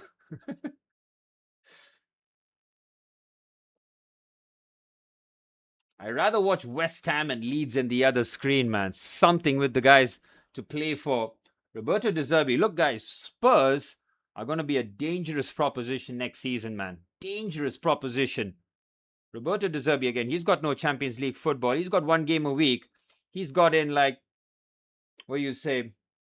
He's got time to further drill in the tactics. I mean, he's had to pretty much get the Spurs players to completely unlearn what they did under Thomas Frank and Igor Tudor. In about 7 games, he's got them playing a totally different brand of football, man. So fair play to De Zerbi. Yes, we know he's a combustible character and he will fall out with players, management and everything else.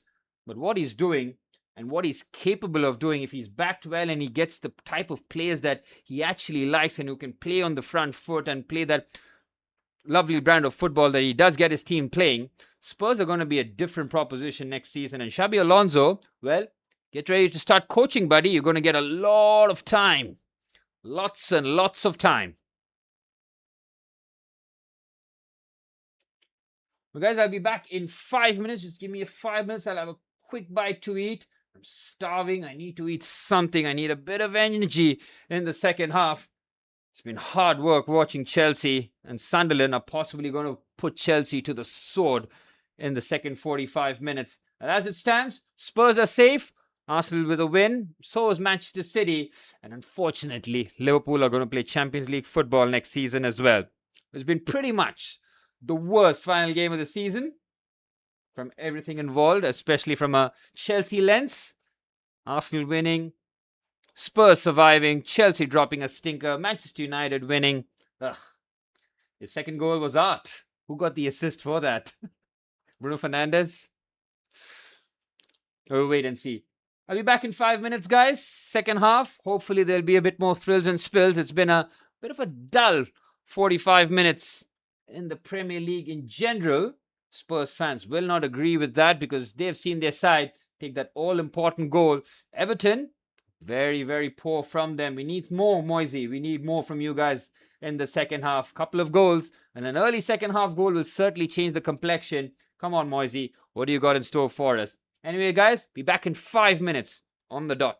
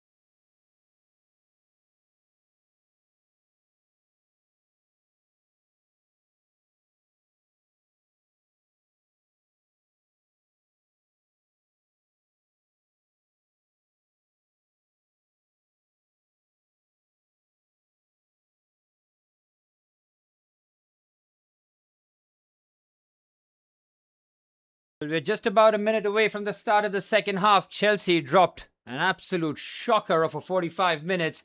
Trey Hume's goal being the difference maker between the two sides. And of course, as it stands, Sunderland will play Europa League football next season. As it stands, they're in 7th. Chelsea are in 10th. Oh my goodness me. It's going to be no European football for us next season as it stands. Xabi Alonso getting a week off between games might just be a blessing in disguise for the Blues. This has been a shocking season from us. They have to take some sort of positives heading into next season.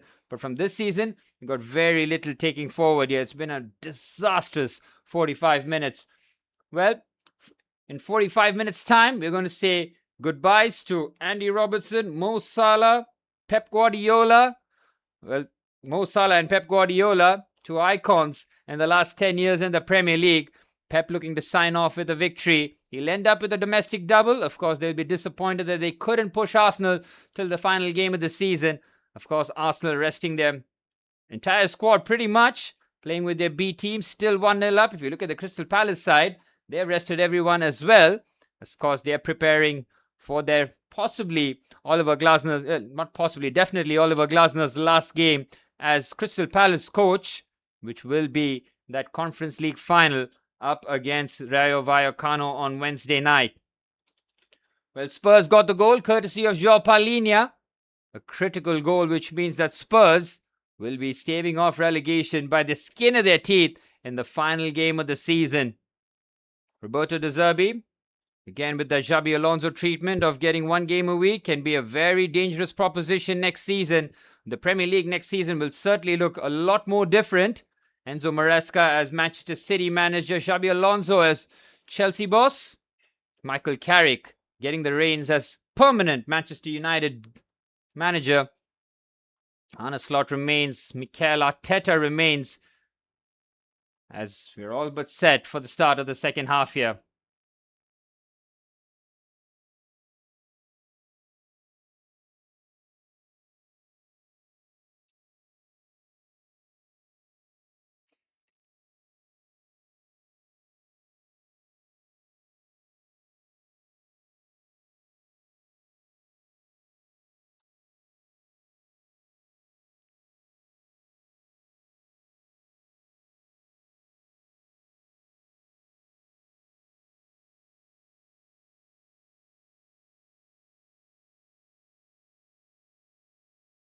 Well, Chelsea's disastrous campaign comes to an end here with 45 minutes remaining at the Stadium of Light. Sunderland looking to do the league double over the Blues here. They won 2-1 at Stamford Bridge with Talby scoring in stoppage time. This one being a lot more comfortable this time for the home side. They have totally outplayed Chelsea. Chelsea with a disgusting performance again away from home.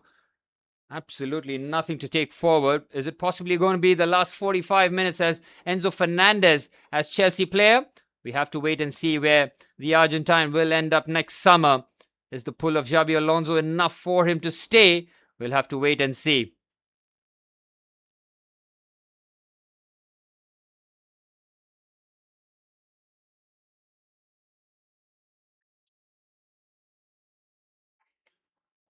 Well, Chelsea dropped a collective stinker. Trey Hume scoring a lovely outside of the boot finish. Good play this by Joao Pedro, driving forward. Well, Chelsea not making any changes, but this is pretty much our best team that we have at our disposal. What's up, Mr. Kashish Pal?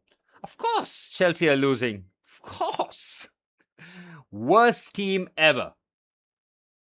Well, Brian Brobby could have very easily made it 2-0. Good save there by Rob Sanchez.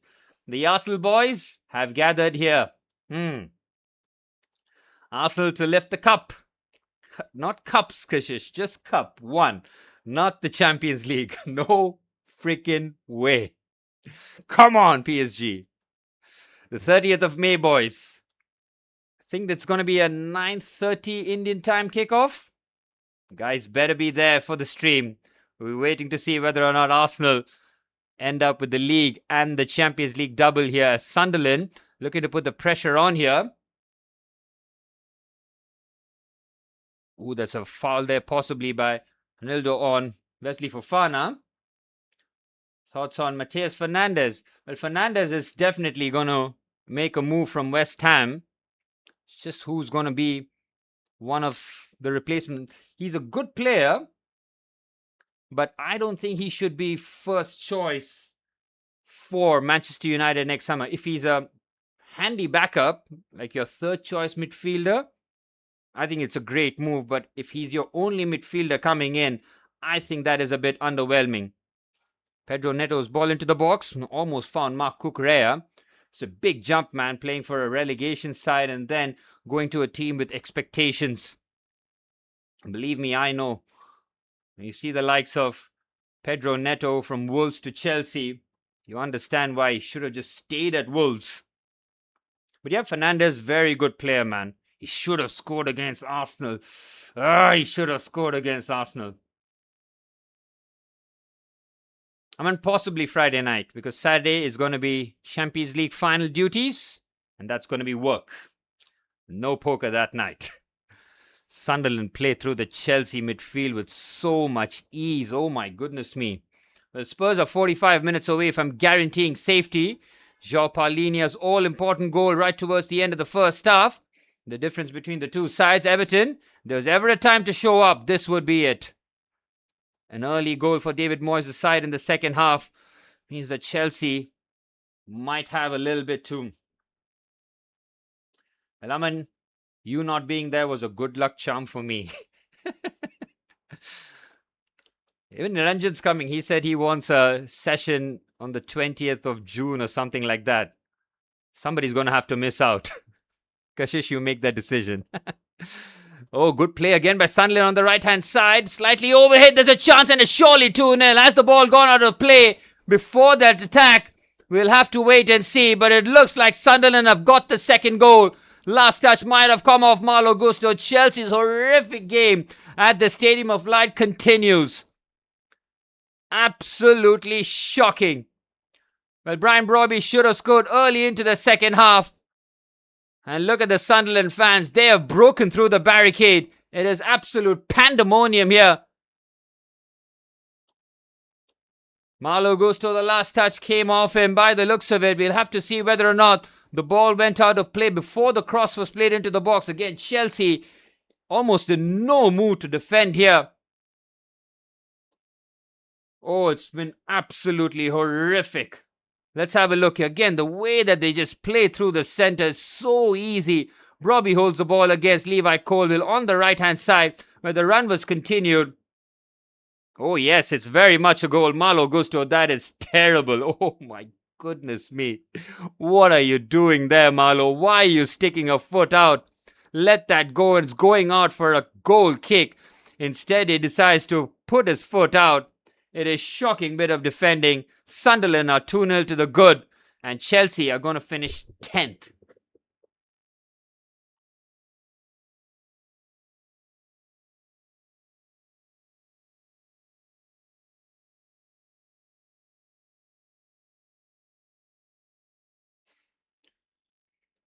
Well, good to see the Arsenal and Manchester United fans getting something to celebrate.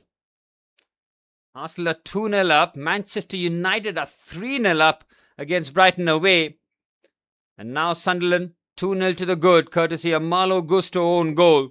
Shocking bit of defending there from the Frenchman, who's had a nothing game really at right wing back. Chelsea dropping a generational stinker again away from home. We don't deserve anything from it.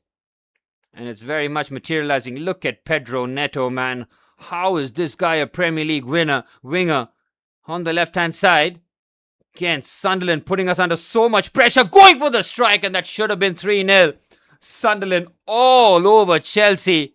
Angulo's strike. Looking to find the top corner. Went for power over placement. Sunderland just ripping Chelsea to shreds. Again, Malo Gusto, his head's gone. His head is gone. Why are we bringing on Reece James now, man? What is the point? What a waste. Callum McFarlane.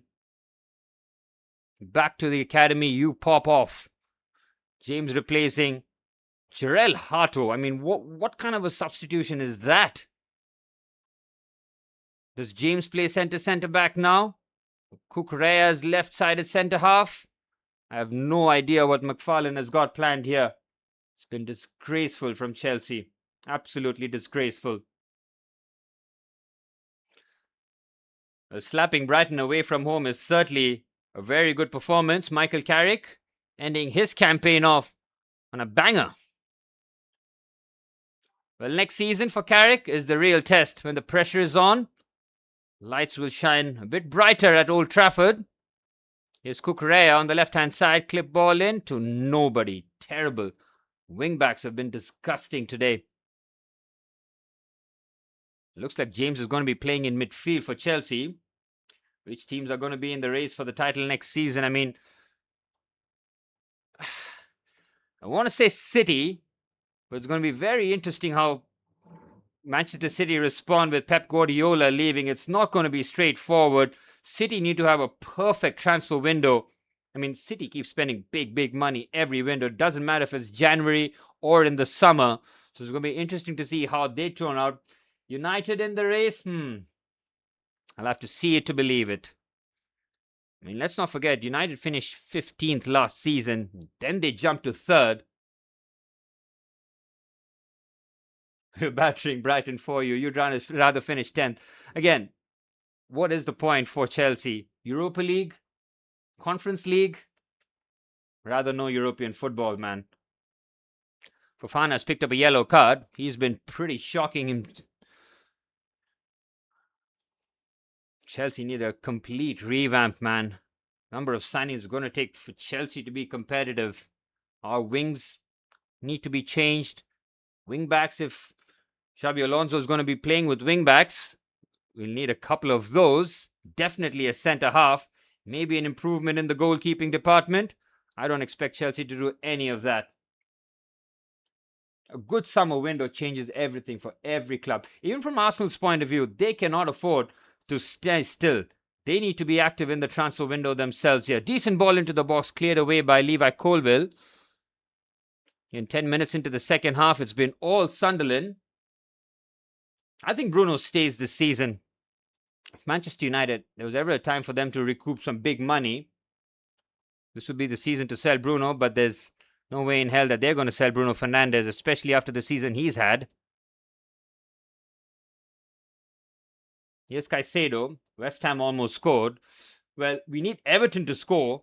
That's going to be the real game changer, because even if West Ham win, it's not going to make any sort of difference if Spurs end up winning or even drawing the game. Here's Caicedo to Joao Pedro. Again, Sunderland have completely swarmed the Chelsea central areas. Here's Kukureya, James, Caicedo. 10 minutes into the second half, and Chelsea continue to not lay a glove on Sunderland here. Neto. Well, Jet Spence has got that jaw protection. Cole Palmer, decent strike. Oh, it's found its way into the back of the net. Shocking goalkeeping there by Robin Rose. Cole Palmer's got 10 Premier League goals this season. A touch of fortune attached to it. That is poor goalkeeping there by the Dutchman. Chelsea have a goal back somehow. Well, we needed a bit of luck. Cole Palmer, that's his 3rd straight season where he's got double-digit goals. He's had to really work hard for it. Decent strike, but the goalkeeper has to do better. Simply has to do better. He's got both hands on it, and he pretty much palms it into the bottom corner.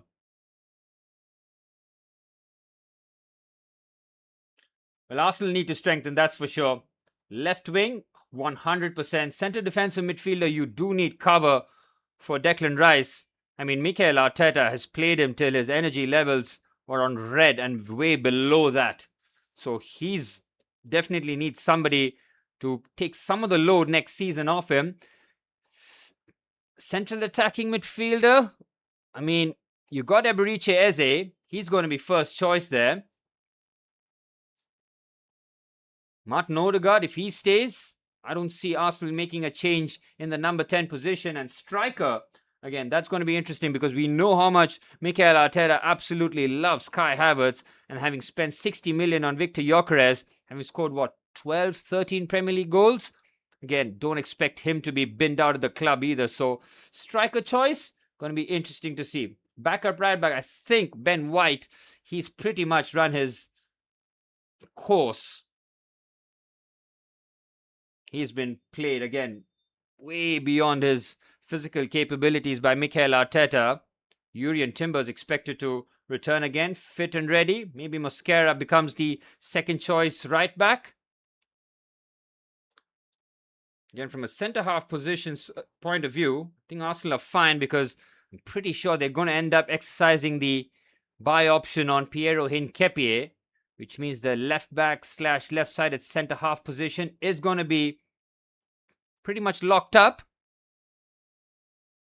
Again, what Arsenal cannot afford to do is stand still.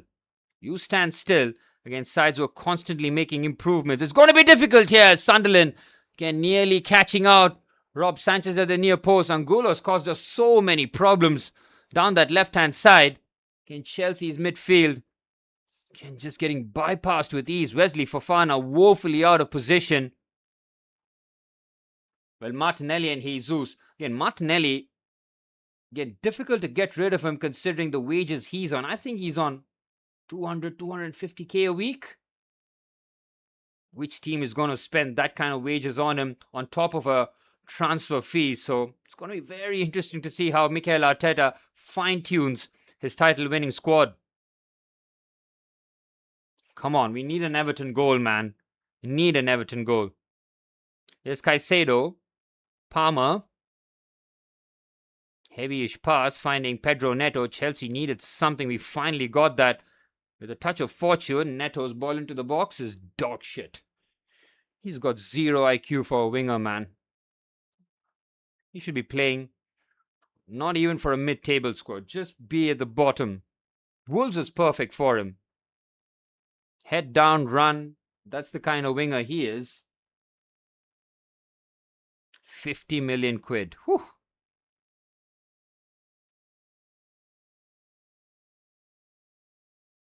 We've all been waiting for Pep Guardiola to sign off from the Premier League, boys, and it's finally happening. Looks like everybody else might just start getting a sniff now. But Liverpool, going to be very interested to see what kind of moves they make because looks like Arne Slot will be staying. Don't think a lot of Liverpool fans will be happy with that decision. Again, they need to have a big summer as well. Alisson might be leaving. Salah is leaving. Van Dijk is on his way out. And a big rebuild is pretty much needed. I mean, McAllister, he's fallen off a cliff. In teams like Inter or Dortmund can chase Martinelli, we can rule out Dortmund. They're not going to pay any sort of money, that's for sure. They're a club that like to buy players on the cheap and flip them for a profit. And there's no way they can afford Martinelli's wages. Inter as well. Again, Inter play with a back three. Martinelli doesn't really fit their system as an inside forward, especially him being a touchline winger. Okay, not easy to get rid of these players. You want them to be out, but not easy as Isadora and Diarra coming on for Sunderland. 30 minutes remain. Chelsea season coming to an end finally. Been counting down the days, man. It's been absolutely rubbish. Isidore scored at the bridge. Robbie should have scored here today.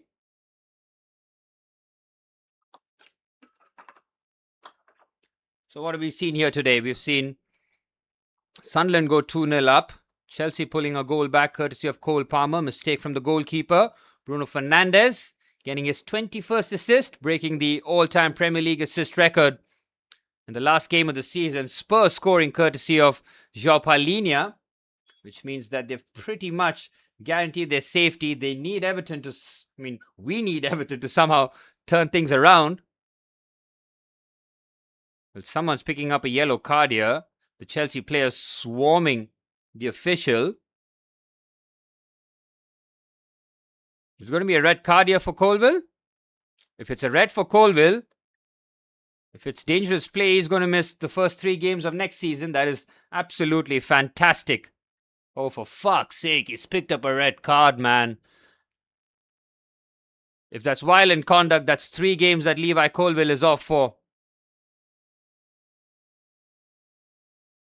I'm waiting to see what has happened here. Again, I'm not sure as to what the challenge was.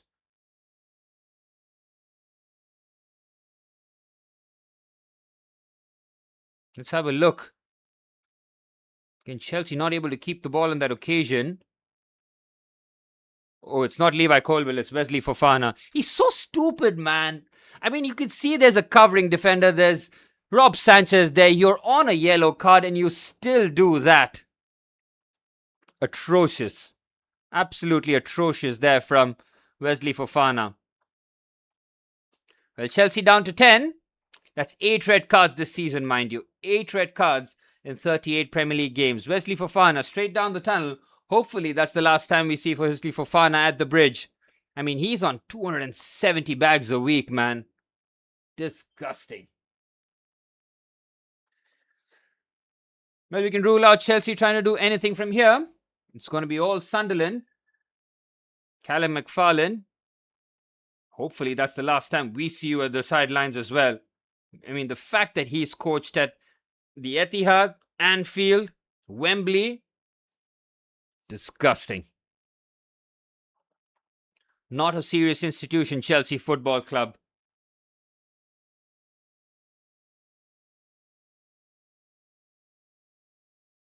But it's going to get ugly as Trevor Chalobah is coming on. Who are we going to be? It's got to be Pedro Neto who comes off, man. Anybody else but Pedro Neto, and Callum McFarlane needs to be rushed. Somebody needs to make sure that, I don't condone violence, but you know what I mean. Maybe a little gut punch.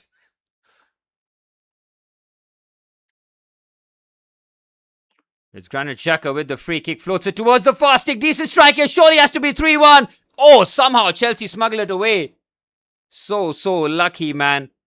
Diarra, who just came on a minute ago, had to make it 3-1 to Sunderland. And Chelsea's back post defending is disgraceful. Why is Diarra not going with a stooping header there? I'm not sure.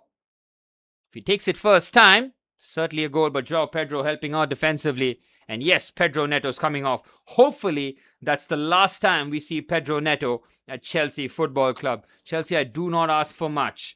Please, we cannot see Garnacho, Neto, Delap, Wesley Fofana. Minimum, these guys have to get out of the club.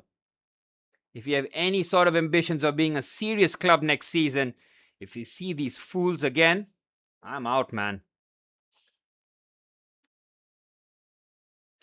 Now 65 minutes on the clock.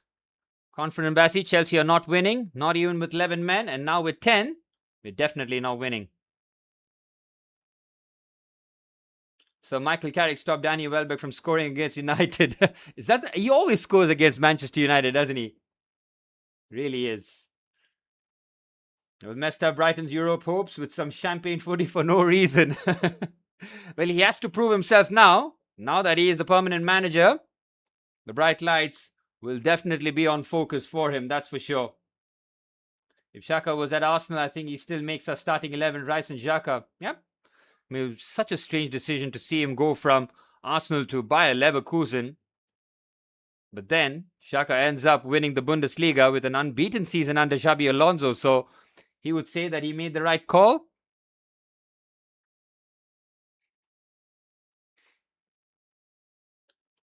Now, what else is happening? Arsenal still 2-0 up. City still 1-0 up. Pep Guardiola signing off with a victory. Finally, I mean, 10 years of Pep Guardiola. No more.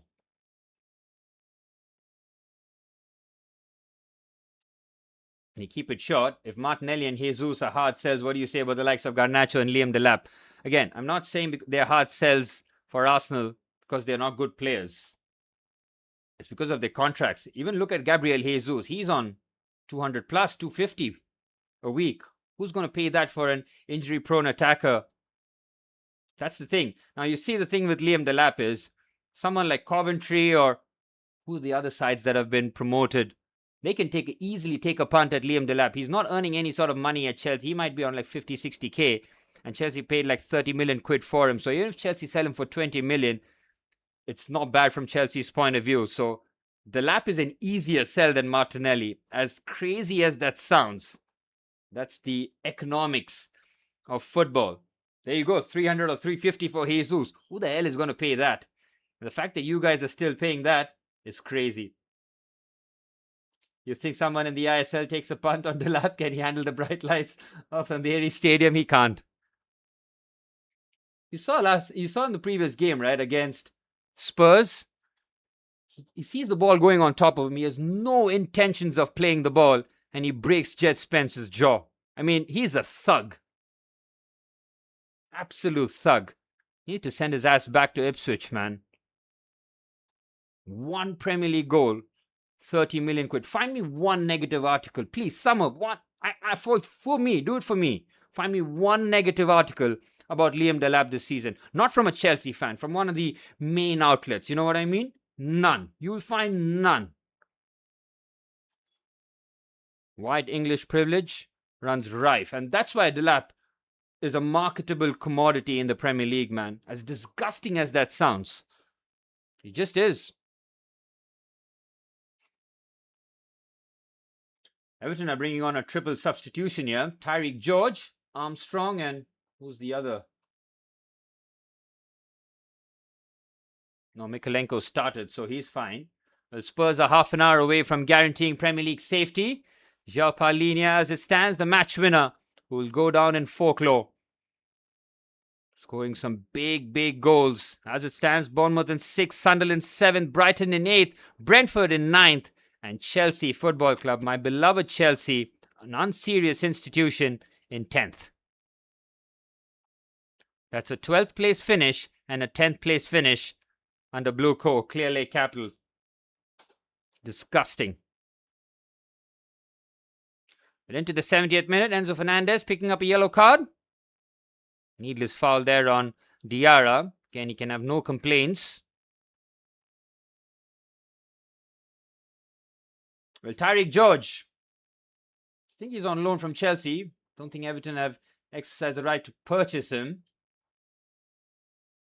Does he have something in store for us? Come on, we need an Everton goal, guys.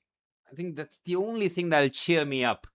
Everybody else is handling their business. What's the Liverpool scoreline? Is it still 0-0?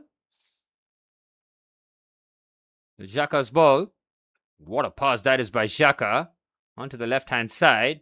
Looking for the ball into the box. He does manage to get that in, and Colville with the block. Caicedo's block, but doesn't go too far here. Another strike, another Colville block. And on the left-hand side, Sunderland putting it on here. Trevor Chalobah. Good bit of defensive work at the near post. Sunderland still have the ball though. Well, 70 minutes on the clock.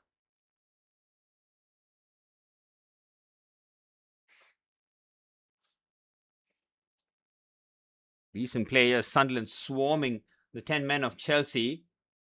With the Spurs fans looking a bit relaxed. We need a West Ham goal first. West Ham leads. Daniel Farker. Somebody tell him that his team don't need to go gung-ho here. Do it for the greater good.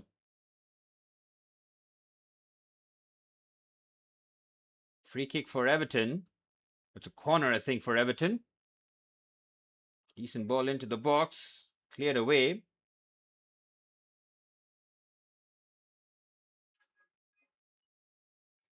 We need some drama, man. We need something.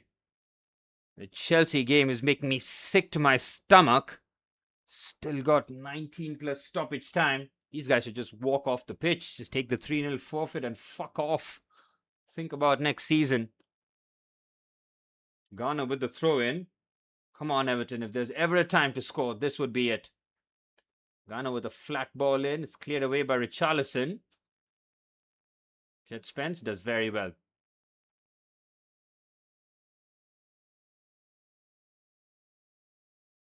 Good ball forward. Have West Ham scored? Oh, well.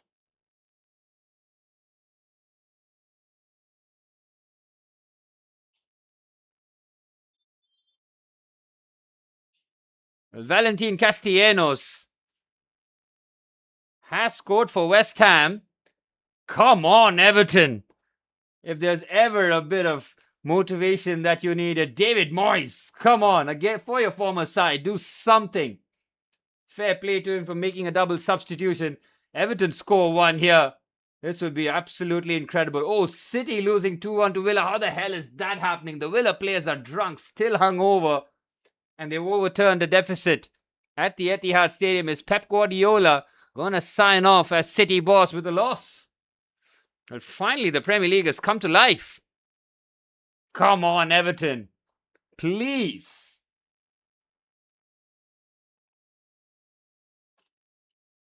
If Everton score now, it's going to be so much fun. And West Ham, you better keep that clean sheet. Here's Bentancur. I have half a mind to just turn this Chelsea game off, man. Pep Guardiola is going out to an Arne Slot Championship and a Mikel Arteta title. Spooky. Well, let's not forget his Champions League exit to a Alvaro Arbeloa side, 5-1 on aggregate. Pep Guardiola, I think he's left at the right time. Yeah, and to get his replacement certainly is going to be a challenge. Almost feel like Enzo Maresca might get a couple of seasons before they get Vincent Kompany in. I think that is City's long-term plan, to get Kompany as the City boss. Enzo Maresca almost just like a placeholder. Come on, David Moyes. You got 25 minutes to be a hero in my eyes.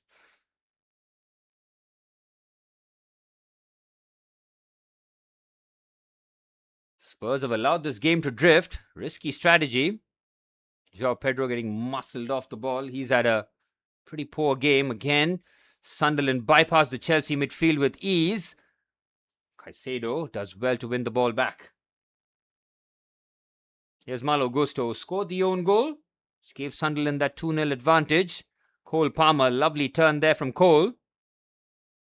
Chelsea need a bit of individual magic here. Cole trying to provide that.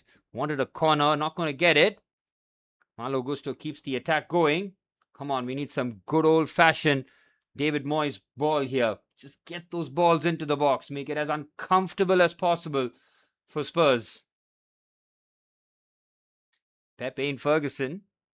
Well, Pep never... That's the thing with Pep, right? For all his magnificent tactics and everything that he's brought to the game, he'll always be remembered as the most checkbook manager of all time. Yeah, look at him. He was signing off this season, still went in, and City gave him Semenyo and Mark Gahey after dropping nearly 300 million in the previous winter window. Unlimited backing. That's the thing. Where does Pep Guardiola go next? He's not going to get the world here for him. Hot take, but PL are delighted with this set of results. Spurs and West Ham being involved in a final day relegation battle is drama, but ultimately they'll be desperate for Spurs to stay in the Premier League. Not a hot take. Not a hot take at all, Gotham. They'd find it catastrophic if Spurs get relegated. I mean, they're part of the Big Six. How they've managed to get into those conversations, I'll never know.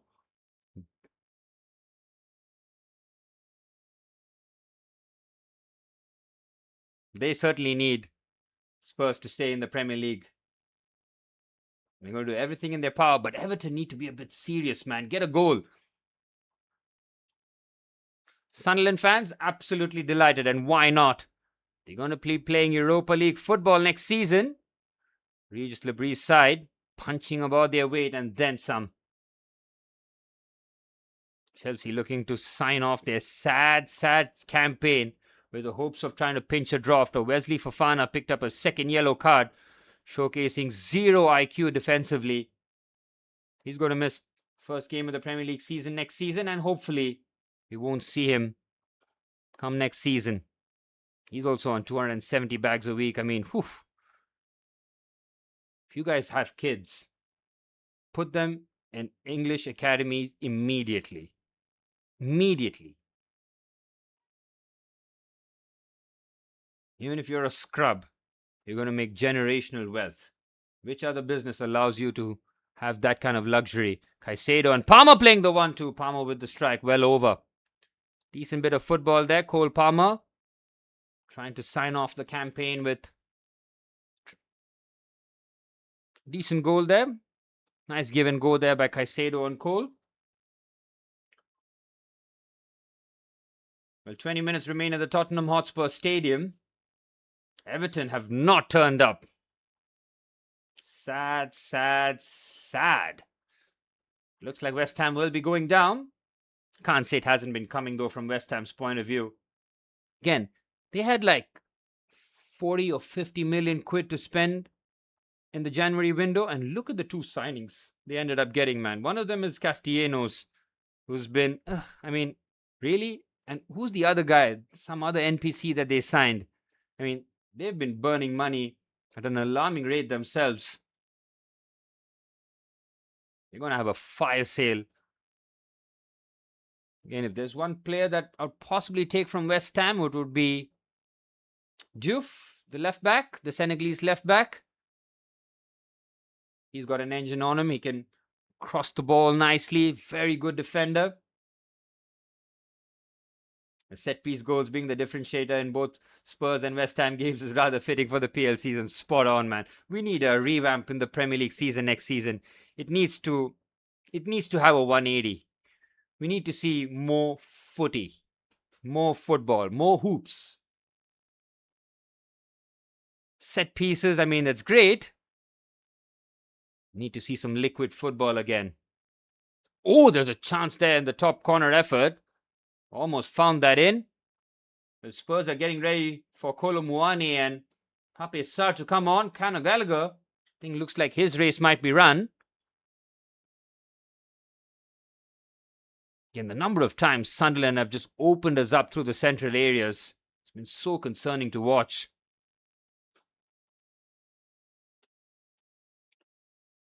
How come Spurs players are getting the water break? Chelsea, we have not seen any sort of water breaks here. Is it happening in the other games as well? Somebody let me know. The Spurs are 2 points ahead of West Ham as it stands. Chelsea trying to pull a goal back. We don't deserve anything from this game. Well, João Palhinha as it stands, one of the biggest goals in recent Tottenham history. Brennan Johnson scored in the Europa League final. I would say this one carries a little bit more extra weight. Isidore trying to hold off the challenge of Chalobah. If the Chelsea players ran, they get a water break. Fair point. Fair point. Oh, that could be a red card, man. Diarra has gone crunching in on Colville. That's a shin challenge. I'm going to have a look here. Colville has immediately held his shin. Granit Xhaka trying to just calm the referee down. Let's have a look here. It's overrun the challenge. That is... he's not exposed his studs. He might have caught him with his toe. Oh, the studs are showing, Diarra will be lucky if he escapes a red card. He picks up a yellow. Well, under 10 minutes remaining in Chelsea's final game of the season. Well, Tell and Richarlison are off for Spurs. Kolo Muani and Pape Sarr on for Spurs. Colville cannot believe that was only a yellow card. Diarra can count himself a touch fortunate. It was a high challenge. Studs exposed.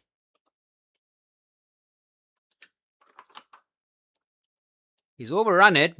That's not a good challenge there by Diarra whatsoever, man. Ruben Amorim won 15 Premier League games in 47, 31.9% with a -6 goal difference. Michael Carrick is on the brink of his 12th win in the Premier League in just 17 games. 70.6% with +15 goal difference. Chalk and cheese, heaven and hell, everything that you've seen. Again, question for you, Gautam. Where does Amorim end up next season? Where does he end up next season? Surely not back to Portugal. I'm sure no Premier League club is going to touch him with a 10-foot pole. Might end up like at Bayer Leverkusen or something like that, where they were crazy enough to hire Ten Hag and sacked him like 2 games into the season. Maybe he goes there. Well, 8 minutes plus stoppage time remain at the Stadium of Light. 16 remain at the Tottenham Hotspur Stadium.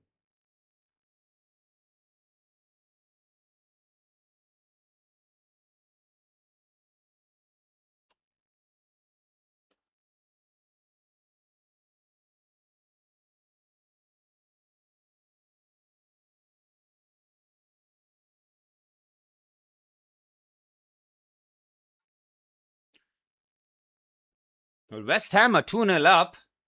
They're doing their bit. Zero assistance from Everton, though. It looked like Spurs and... Ooh, decent strike there by Randall Kolomuani, but well off target. West Ham lead by 2, man. Exactly. They're doing their bit. They're trying everything in their power to stay up. Coaching in the Afghanistan Premier League. Ruben Amram. What? Just the once that he got back-to-back wins? Everton, man. Disgraceful performance from them. After David Moyes said that I'll try everything in my power to help my former side, to drop this stinking performance. 15 minutes remain, though. Look at Callum McFarlane. He's bringing on Josh Achumpong now. And he's bringing on Liam Delap. Fucking hell. But Liam Delap, a disgusting Premier League campaign, could end up trying to salvage a point. But let's be honest, there's absolutely no chance in hell he's scoring a goal here today.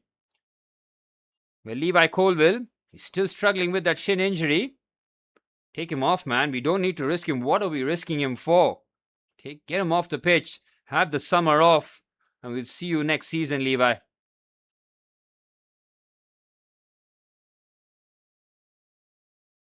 Caicedo's coming off. And that's Caicedo's campaign coming to an end. We'll see him at the World Cup next with Ecuador. And Malo Gusto's off as well. He's definitely on the plane to France for the World Cup. Delap and Achimpong on. Gusto and Moises Caicedo off. And every time we've played Josh Achimpong, it's been out of position this campaign, man. The only time he really started in his right position was Crystal Palace at home, first game of the season, where he played centre back, and where he played centre back against Liverpool at Stamford Bridge, where Chelsea won 2-1. One of the best defensive performances from Chelsea's point of view did come in that game, where Badiashile and Josh Achumpong just dazzled for us, and then we never saw them two again for us. Criminal. 5 minutes plus stoppage time remain at the Stadium of Light. Why are the Sunderland fans so sullen? You should be bouncing. You're going to Europe next season, man. From the Championship to Europe in one season. That is an astronomical jump. Come on, Everton. If there's ever a time to score a goal, this would be it. Finally, the moments we've been waiting for. Malacia minutes. Is he going to stay at the club next season? We know that Manchester United love to keep their players well past their sell-by date. Oh, Reece James with the strike. It's on target.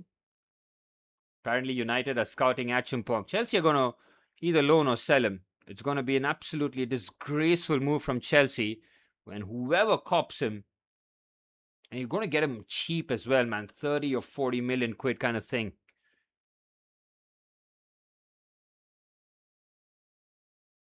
I hope Xabi Alonso puts his foot down and says, nope, not him.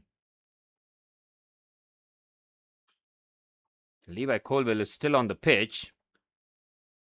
Enzo Fernandez. If this is his last game for Chelsea, it's been pretty anonymous. 10 Premier League goals for Enzo Fernandez. Scored against Spurs, home and away.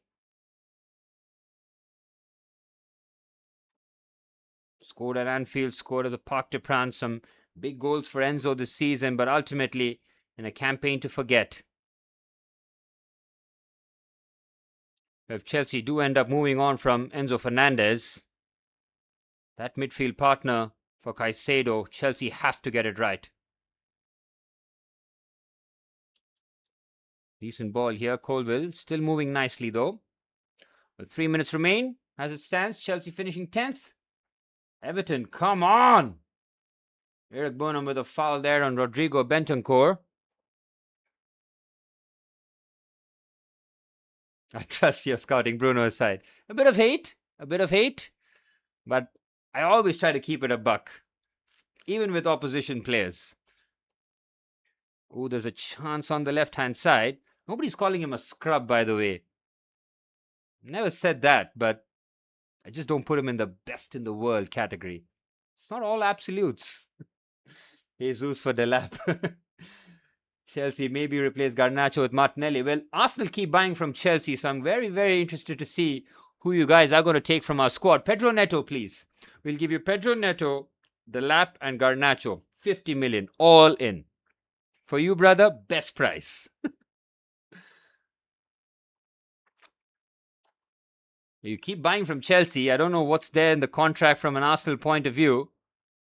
Kepa and Madueke this season, certainly interesting calls. That's a yellow card, ref, for kicking the ball away, no? Now, why am I even bothering? Ooh, that was a poor challenge there by Eric Burnham. Nope, it was a dive by Pape Sarr. Big dive there by Sarr. Yellow card for diving. And under 10 minutes remaining. It looks like Spurs will be safe. Archie Gray coming on. So is James Maddison. Well, Maddison is not going to face relegation with two sides.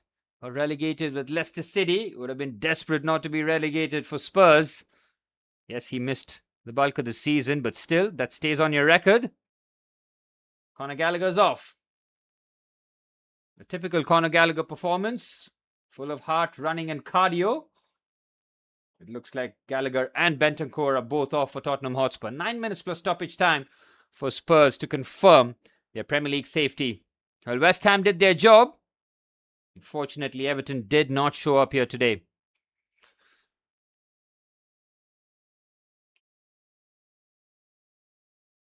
Maddison and Archie Gray.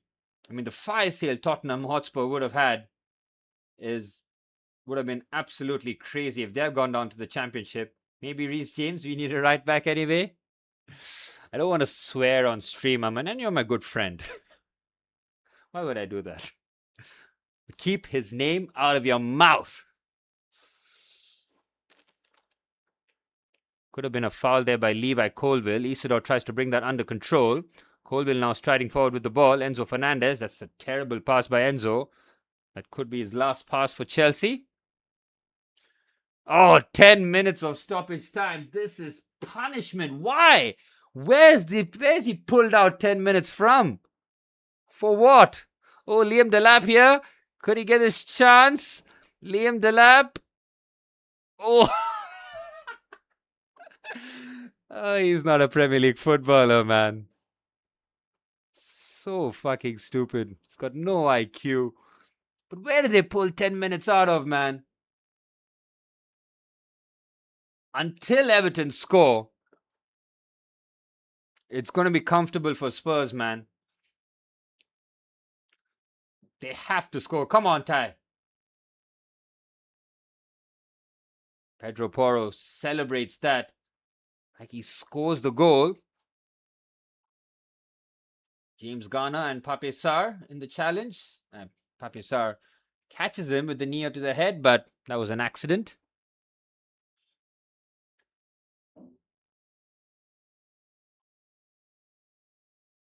Expecting some big moves from, again, someone like Iliman Ndiaye, right, for Everton. He needs to look up and possibly find a step-up move. Now, where he ends up going, I'm not sure. Iliman Ndiaye cannot be playing for a David Moyes side next season, man. He's a true baller. And to see him being coached by Moyes, you might see him as one of those forgotten players very, very soon.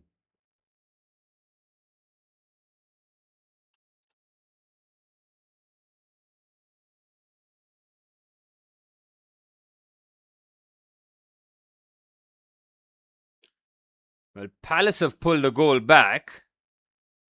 Arsenal are going to still end up winning the game with their B team. Perfect real preparations as they're going to be ready for the title lift. Who scored for Crystal Palace? I just saw the score line. Again, Palace are playing with their B team. I mean, if Arsenal were chasing the result and Crystal Palace were going to pretty much put on the same team, it would have been absolutely crazy. The Baleba performance, unreal stinker. Again, he's the one who is supposed to be moving for big money in the summer.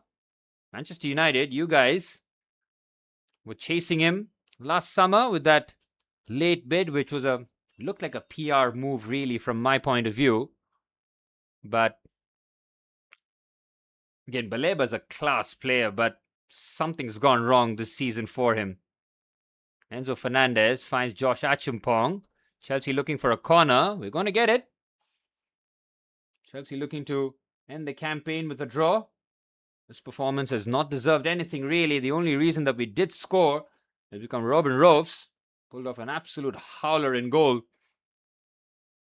Looked like Josh Achimpong. Ooh, he did catch him in the tenders. That is a sore one, really. 2-2 Arsenal and Palace. What the fuck happened there? Well, Arsenal are not going to sign off their title-winning campaign with a victory by the looks of it. Of course, all the focus on Paris Saint-Germain midweek. Oh, clever. You're tiring, George. Come on. Oh, just shoot. Just shoot, man. Why does he go to square that? Lovely give and go this. Oh, clever flick on. Oh, Kinski does well to shut the angle off. Does the right thing there, George, but he was immediately shut out. Oh, got called off. Damn it. It looks like Arsenal are going to celebrate their trophy lift with a victory. And things are kicking off here at the Tottenham Hotspur Stadium. There's still so much time left at the Stadium of Light, man. This is physically draining me. Just draining. Let's blow the full-time whistle, please. Well, Everton and Spurs, with Michael Oliver, he's going to get a bit of camera time. And boy, oh boy, we know that he loves it. A couple of bookings. Come on, Everton. If there's ever a time to score set pieces, this is your department, David Moyes. What have you coached all week long? We'll wait and see. Take it short. What is this David Moyes side, man? Here's Tyreek George on the outside. Might be a corner. Jet Spence defends that nicely. Imagine telling a Newcastle fan that Sunderland will be promoted and will have a season eons better than yours.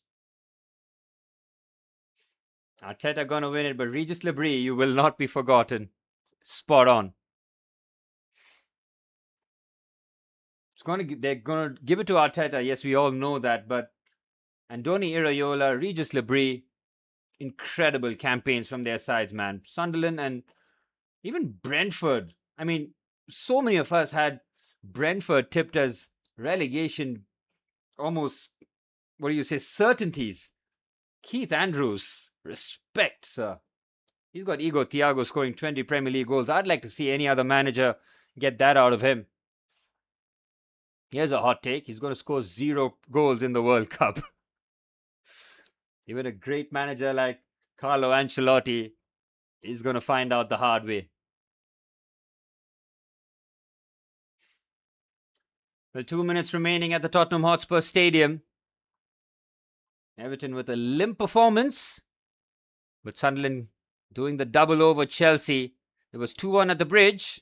That one had late drama with Talby scoring in stoppage time. Sunderland looked a lot more comfortable here at the Stadium of Light. Oh, Beto with the acrobatics. There's a yellow card coming possibly for Tarkowski for a raised boot. Again, Everton trying a little too late now. There was all this hustle early on. There's another yellow card for somebody. Is it for Joao Pedro? I think it is for JP.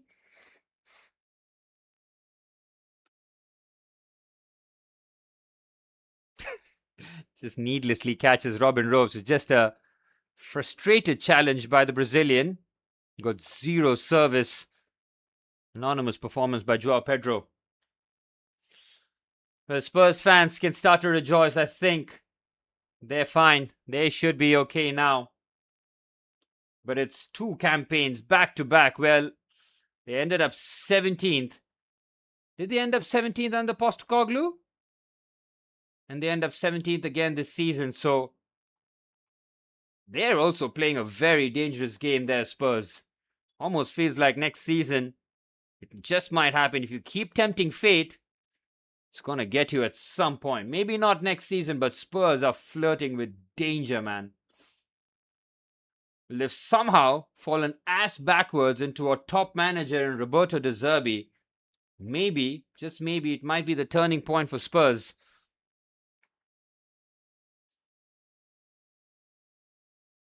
It'll be interesting to see how Spurs do move in the summer. If De Zerbi is not happy with the summer signings, he might kick things off. 9 minutes of stoppage time. This is all criminal stuff by the Premier League, man. 10 minutes at the Stadium of Light, 9 minutes at the Tottenham Hotspur Stadium. They just want to extend the Premier League, nothing else. What about your games, guys? What's the stoppage time in the Manchester United and Arsenal games? Nothing to play for? Is it still 9 minutes? I mean, here's an idea. Stop the clock, man. I mean, I don't want to take anything from American sports, right? But why not just stop the clock? When the ball is out of action, stop the clock. Then we won't have these kind of subjective time added on. Where the hell did they pull out 10 minutes from this Chelsea-Sunderland game? Shocking. 9 minutes at the Tottenham Hotspur Stadium. West Ham scored a third. They've left it too late. De Zerbi is just about got the job done. 3-0 for Nuno Espirito Santos's men. And they've got the job done, but unfortunately, they'll be going down. Well, West Ham have flirted with danger, they've played with fire, and now their relegation is all but confirmed. 6 minutes seems like normal, right? Gotham, 6 minutes now is like, oh, that's not too bad, but come on, just think about it. Earlier it used to be 3-4 minutes tops. That was stoppage time. We've borrowed the ugly elements from the American sports, but the one good thing that they have is when they pause the clock. That's something that the Premier League will just... Exactly. +7 at Arsenal. For what? For who? 10 at City. These guys are not even hiding it anymore, man. The Sky Mob, ridiculous. Look at the Spurs board, man. Shamelessly smiling. I mean, you guys got away with murder this campaign. Isn't that the ex-Arsenal guy, Vinay something? Venkateshwaran? Something like that? He got scammed by a Chinese company. I remember that news when Arsenal were well and truly in their banter era. And for him to move from Arsenal to Spurs, proper inside job that. Well, the Sunderland fans can start to celebrate Regis Labrie, an incredible season from them. From championship football last season to playing in Europa League next season is just unbelievable. Absolutely unbelievable from Sunderland. Respect to you guys. It's still not full time.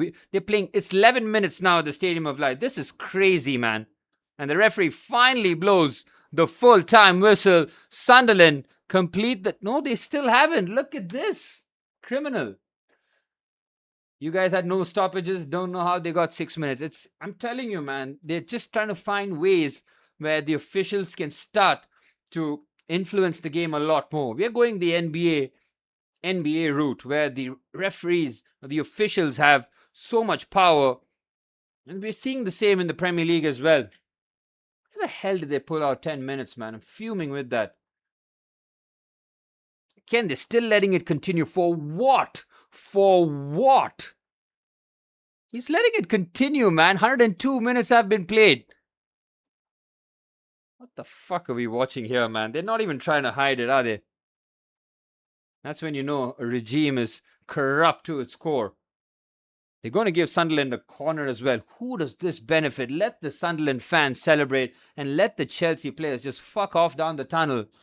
What is this going on for? Who does this benefit?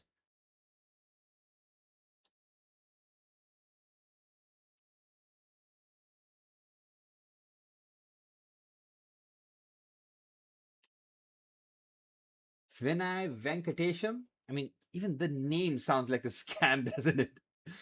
Oh, Jordan Pickford, what are you doing there?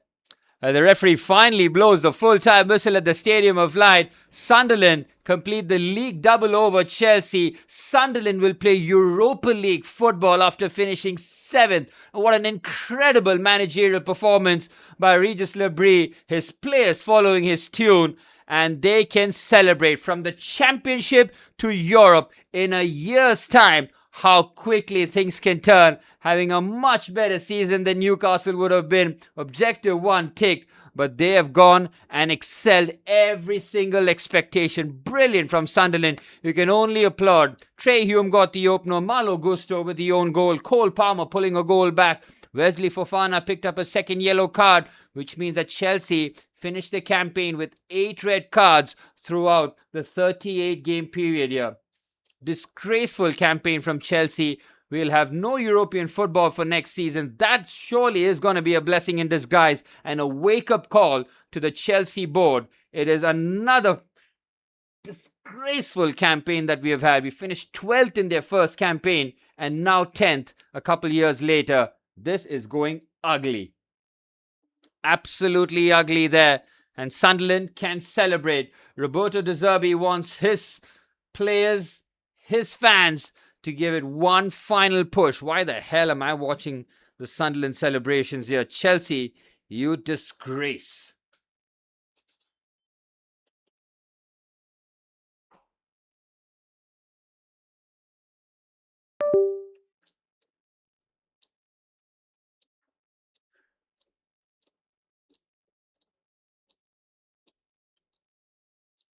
Well, Spurs surviving relegation was one thing. Pep Guardiola ends his City tenure with a loss at home to Aston Villa. Unai Emery again. We talked about managerial performances this season. Unai Emery has got to be there on the podium.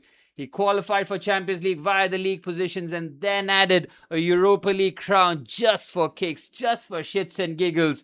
5-time Europa League winner. You got to put some more respect on Unai Emery. Sensational stuff.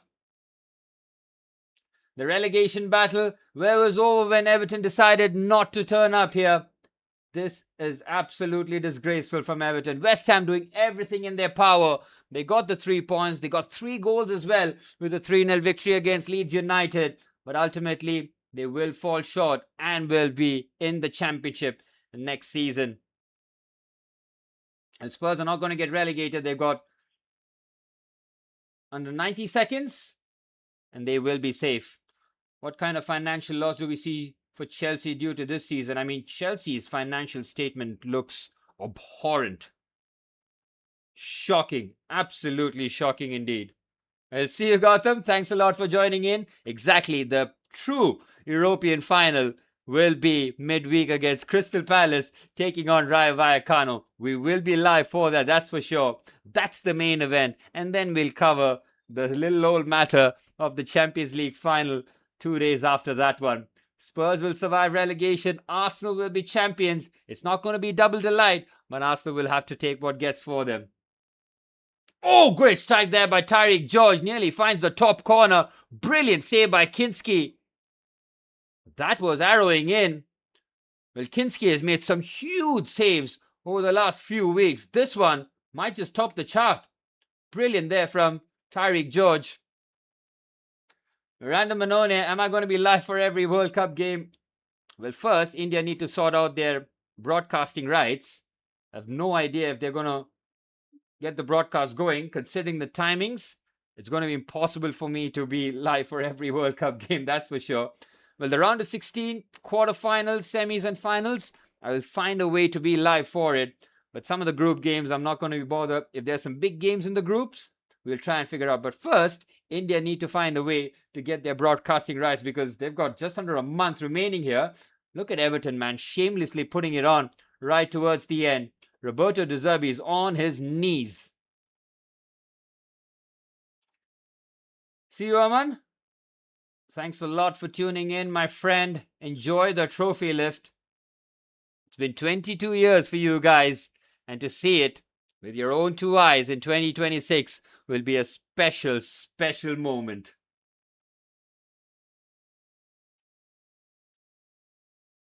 Well, the Spurs fans waiting to explode into celebration. It's been two nightmare campaigns in the Premier League, but ultimately they will survive. West Ham getting the job done in their game. They needed a massive assist from Everton. Everton did not turn up, and that João Palhinha goal turns out to be just about enough for Spurs to survive yet another campaign of disappointing Premier League football, but they'll be a different proposition next season. Make no mistake about it, with Roberto De Zerbi getting just one game a week. It's going to be very, very interesting how De Zerbi and Xabi Alonso both have their teams tactically drilled for next season's campaign. Who do I support, Random Manone? Well, you can see from the screen, right? Unfortunately, I support Chelsea, man. It's been horrifying for me. It's been a terrible campaign. The first time that I decided to do watch-alongs, and my club fully implode from within and deliver a terrible campaign. Look at Everton throwing balls into the box right towards the end, man. Shameless. Absolutely shameless. Roberto De Zerbi is desperate for the full-time whistle. Cross comes into the box. Spurs looking to clear courtesy of Dragoshin, but not too far away. Here's Garner. Decent ball onto the right-hand side, and the referee blows the full-time whistle. Spurs survive relegation by the skin of their teeth. Everton do not turn up. West Ham got the job done, but Everton were flat today. Spurs, the one goal from João Palhinha, turning out to be enough for them. It's back-to-back campaigns where they've just about survived. Spurs are playing a dangerous, dangerous game here. If they do not get serious next season, they might end up going down. So it's Wolves, Burnley, and West Ham United, the three sides that have been relegated. Liverpool will play Champions League football alongside Aston Villa, Manchester City, Man United, and Arsenal. Arsenal, of course, are minutes away from their first Premier League trophy lift after 22 years. It's been quite the campaign. I mean, we've seen some thrills, we've seen some spills. From a Chelsea point of view, it's been terrible. I'm going to have to break down the season somehow, but I don't know where to begin with this Chelsea side, man. We've got so much to do. We've got a new manager coming in with Xabi Alonso. Fortunately, from Chelsea's point of view, we've got Levi Colwill, João Pedro, and Cole Palmer getting the summer off. That has to help us. No European football for Chelsea. We end up finishing 10th in what has been a disgraceful campaign. Spurs celebrating like they won a final. That is a sad, sad celebration, really, isn't it? It really was. Look at João Palhinha, man. That's probably his biggest moment in his career. Oh, the special run returning. It is something that I did not expect, Random Manoni, in 2026. It's almost like Florentino Perez has said, I'm done with these managers. I need someone with authority. I've got these overpaid, overpriced players who are not turning up. That's 2 campaigns in a row where Real Madrid have left empty-handed. And he's like, no more coaches. Get me an old school manager who'll sort out this dressing room. There's going to be fireworks next campaign. And who would have thought in 2026, Jose Mourinho will be managing Real Madrid and Pep Guardiola says goodbye to the Premier League after nearly 9 years in charge. It really, I want to say it's been a pleasure, but it hasn't been, Pep. I'm happy to see the back of you. Maybe now the league gets a bit more competitive. But fair play to Pep Guardiola, man. You will be missed. Of course, his antiques at the touchline, that bald, shiny head, no longer there. But they replace one Baldy with another in Enzo Maresca. The next campaign is certainly going to be interesting next season as to how the Premier League table will shape up here. It's a perfect situation, really, for Mikel Arteta to try and go back-to-back. There's been so much chopping and changing. There's instability at Liverpool. The other clubs are trying to find their bearings. If there's ever a time for Arsenal to try and build a dynasty, this would be it. Well, the Premier League campaign comes to an end. It has been a hectic campaign, really, from my point of view as well, being live for the watch-alongs, but I've had so much fun, man, especially with watching games as a neutral and trying to, bring some insights to the live stream. Watching Chelsea this season has been disgusting, but it is what it is. You're not going to get all happening at the same time, but it's been an absolute pleasure, guys. It's been so much fun. I'm going to see you all live for the watch-along midweek, Crystal Palace taking on Rayo Vallecano. That is going to be the appetizer for what is going to be the main event on the 30th of May. Paris Saint-Germain versus Arsenal. Arsenal looking for their first Champions League trophy, while Paris Saint-Germain look to go back to back. West Ham relegated, Spurs survive, Arsenal champions. What a season this has been. Random Manone, the Magnifico of Manchester, where Bruno Fernandes has broken the assist record. 21 assists for Bruno Fernandes to cap off what a magnificent job Michael Carrick has done since joining Manchester United, and he's since been rewarded with a 2-year contract. Now the lights will be shining a lot brighter at Old Trafford next season. What a season indeed, Aman, and it could get better for you guys. It's the day that I'm dreading, the 30th of May. Fingers crossed, toes crossed that Arsenal don't do the double. All my support, everything on Paris Saint-Germain as a pure hater. It's been fun, guys. Thank you so much for tuning in. I've had a blast. We've got 2 more watch-alongs to remind you. Crystal Palace versus Rayo Vallecano, Paris Saint-Germain versus Arsenal to complete the season here. Thank you so much for tuning in, guys. I really do appreciate your support. Everything to keep the chat and keep the things entertaining. From Chelsea having a nightmare campaign, you guys have truly been a huge support system for me. Thank you so much, guys, and I'll see you midweek for the Conference League final.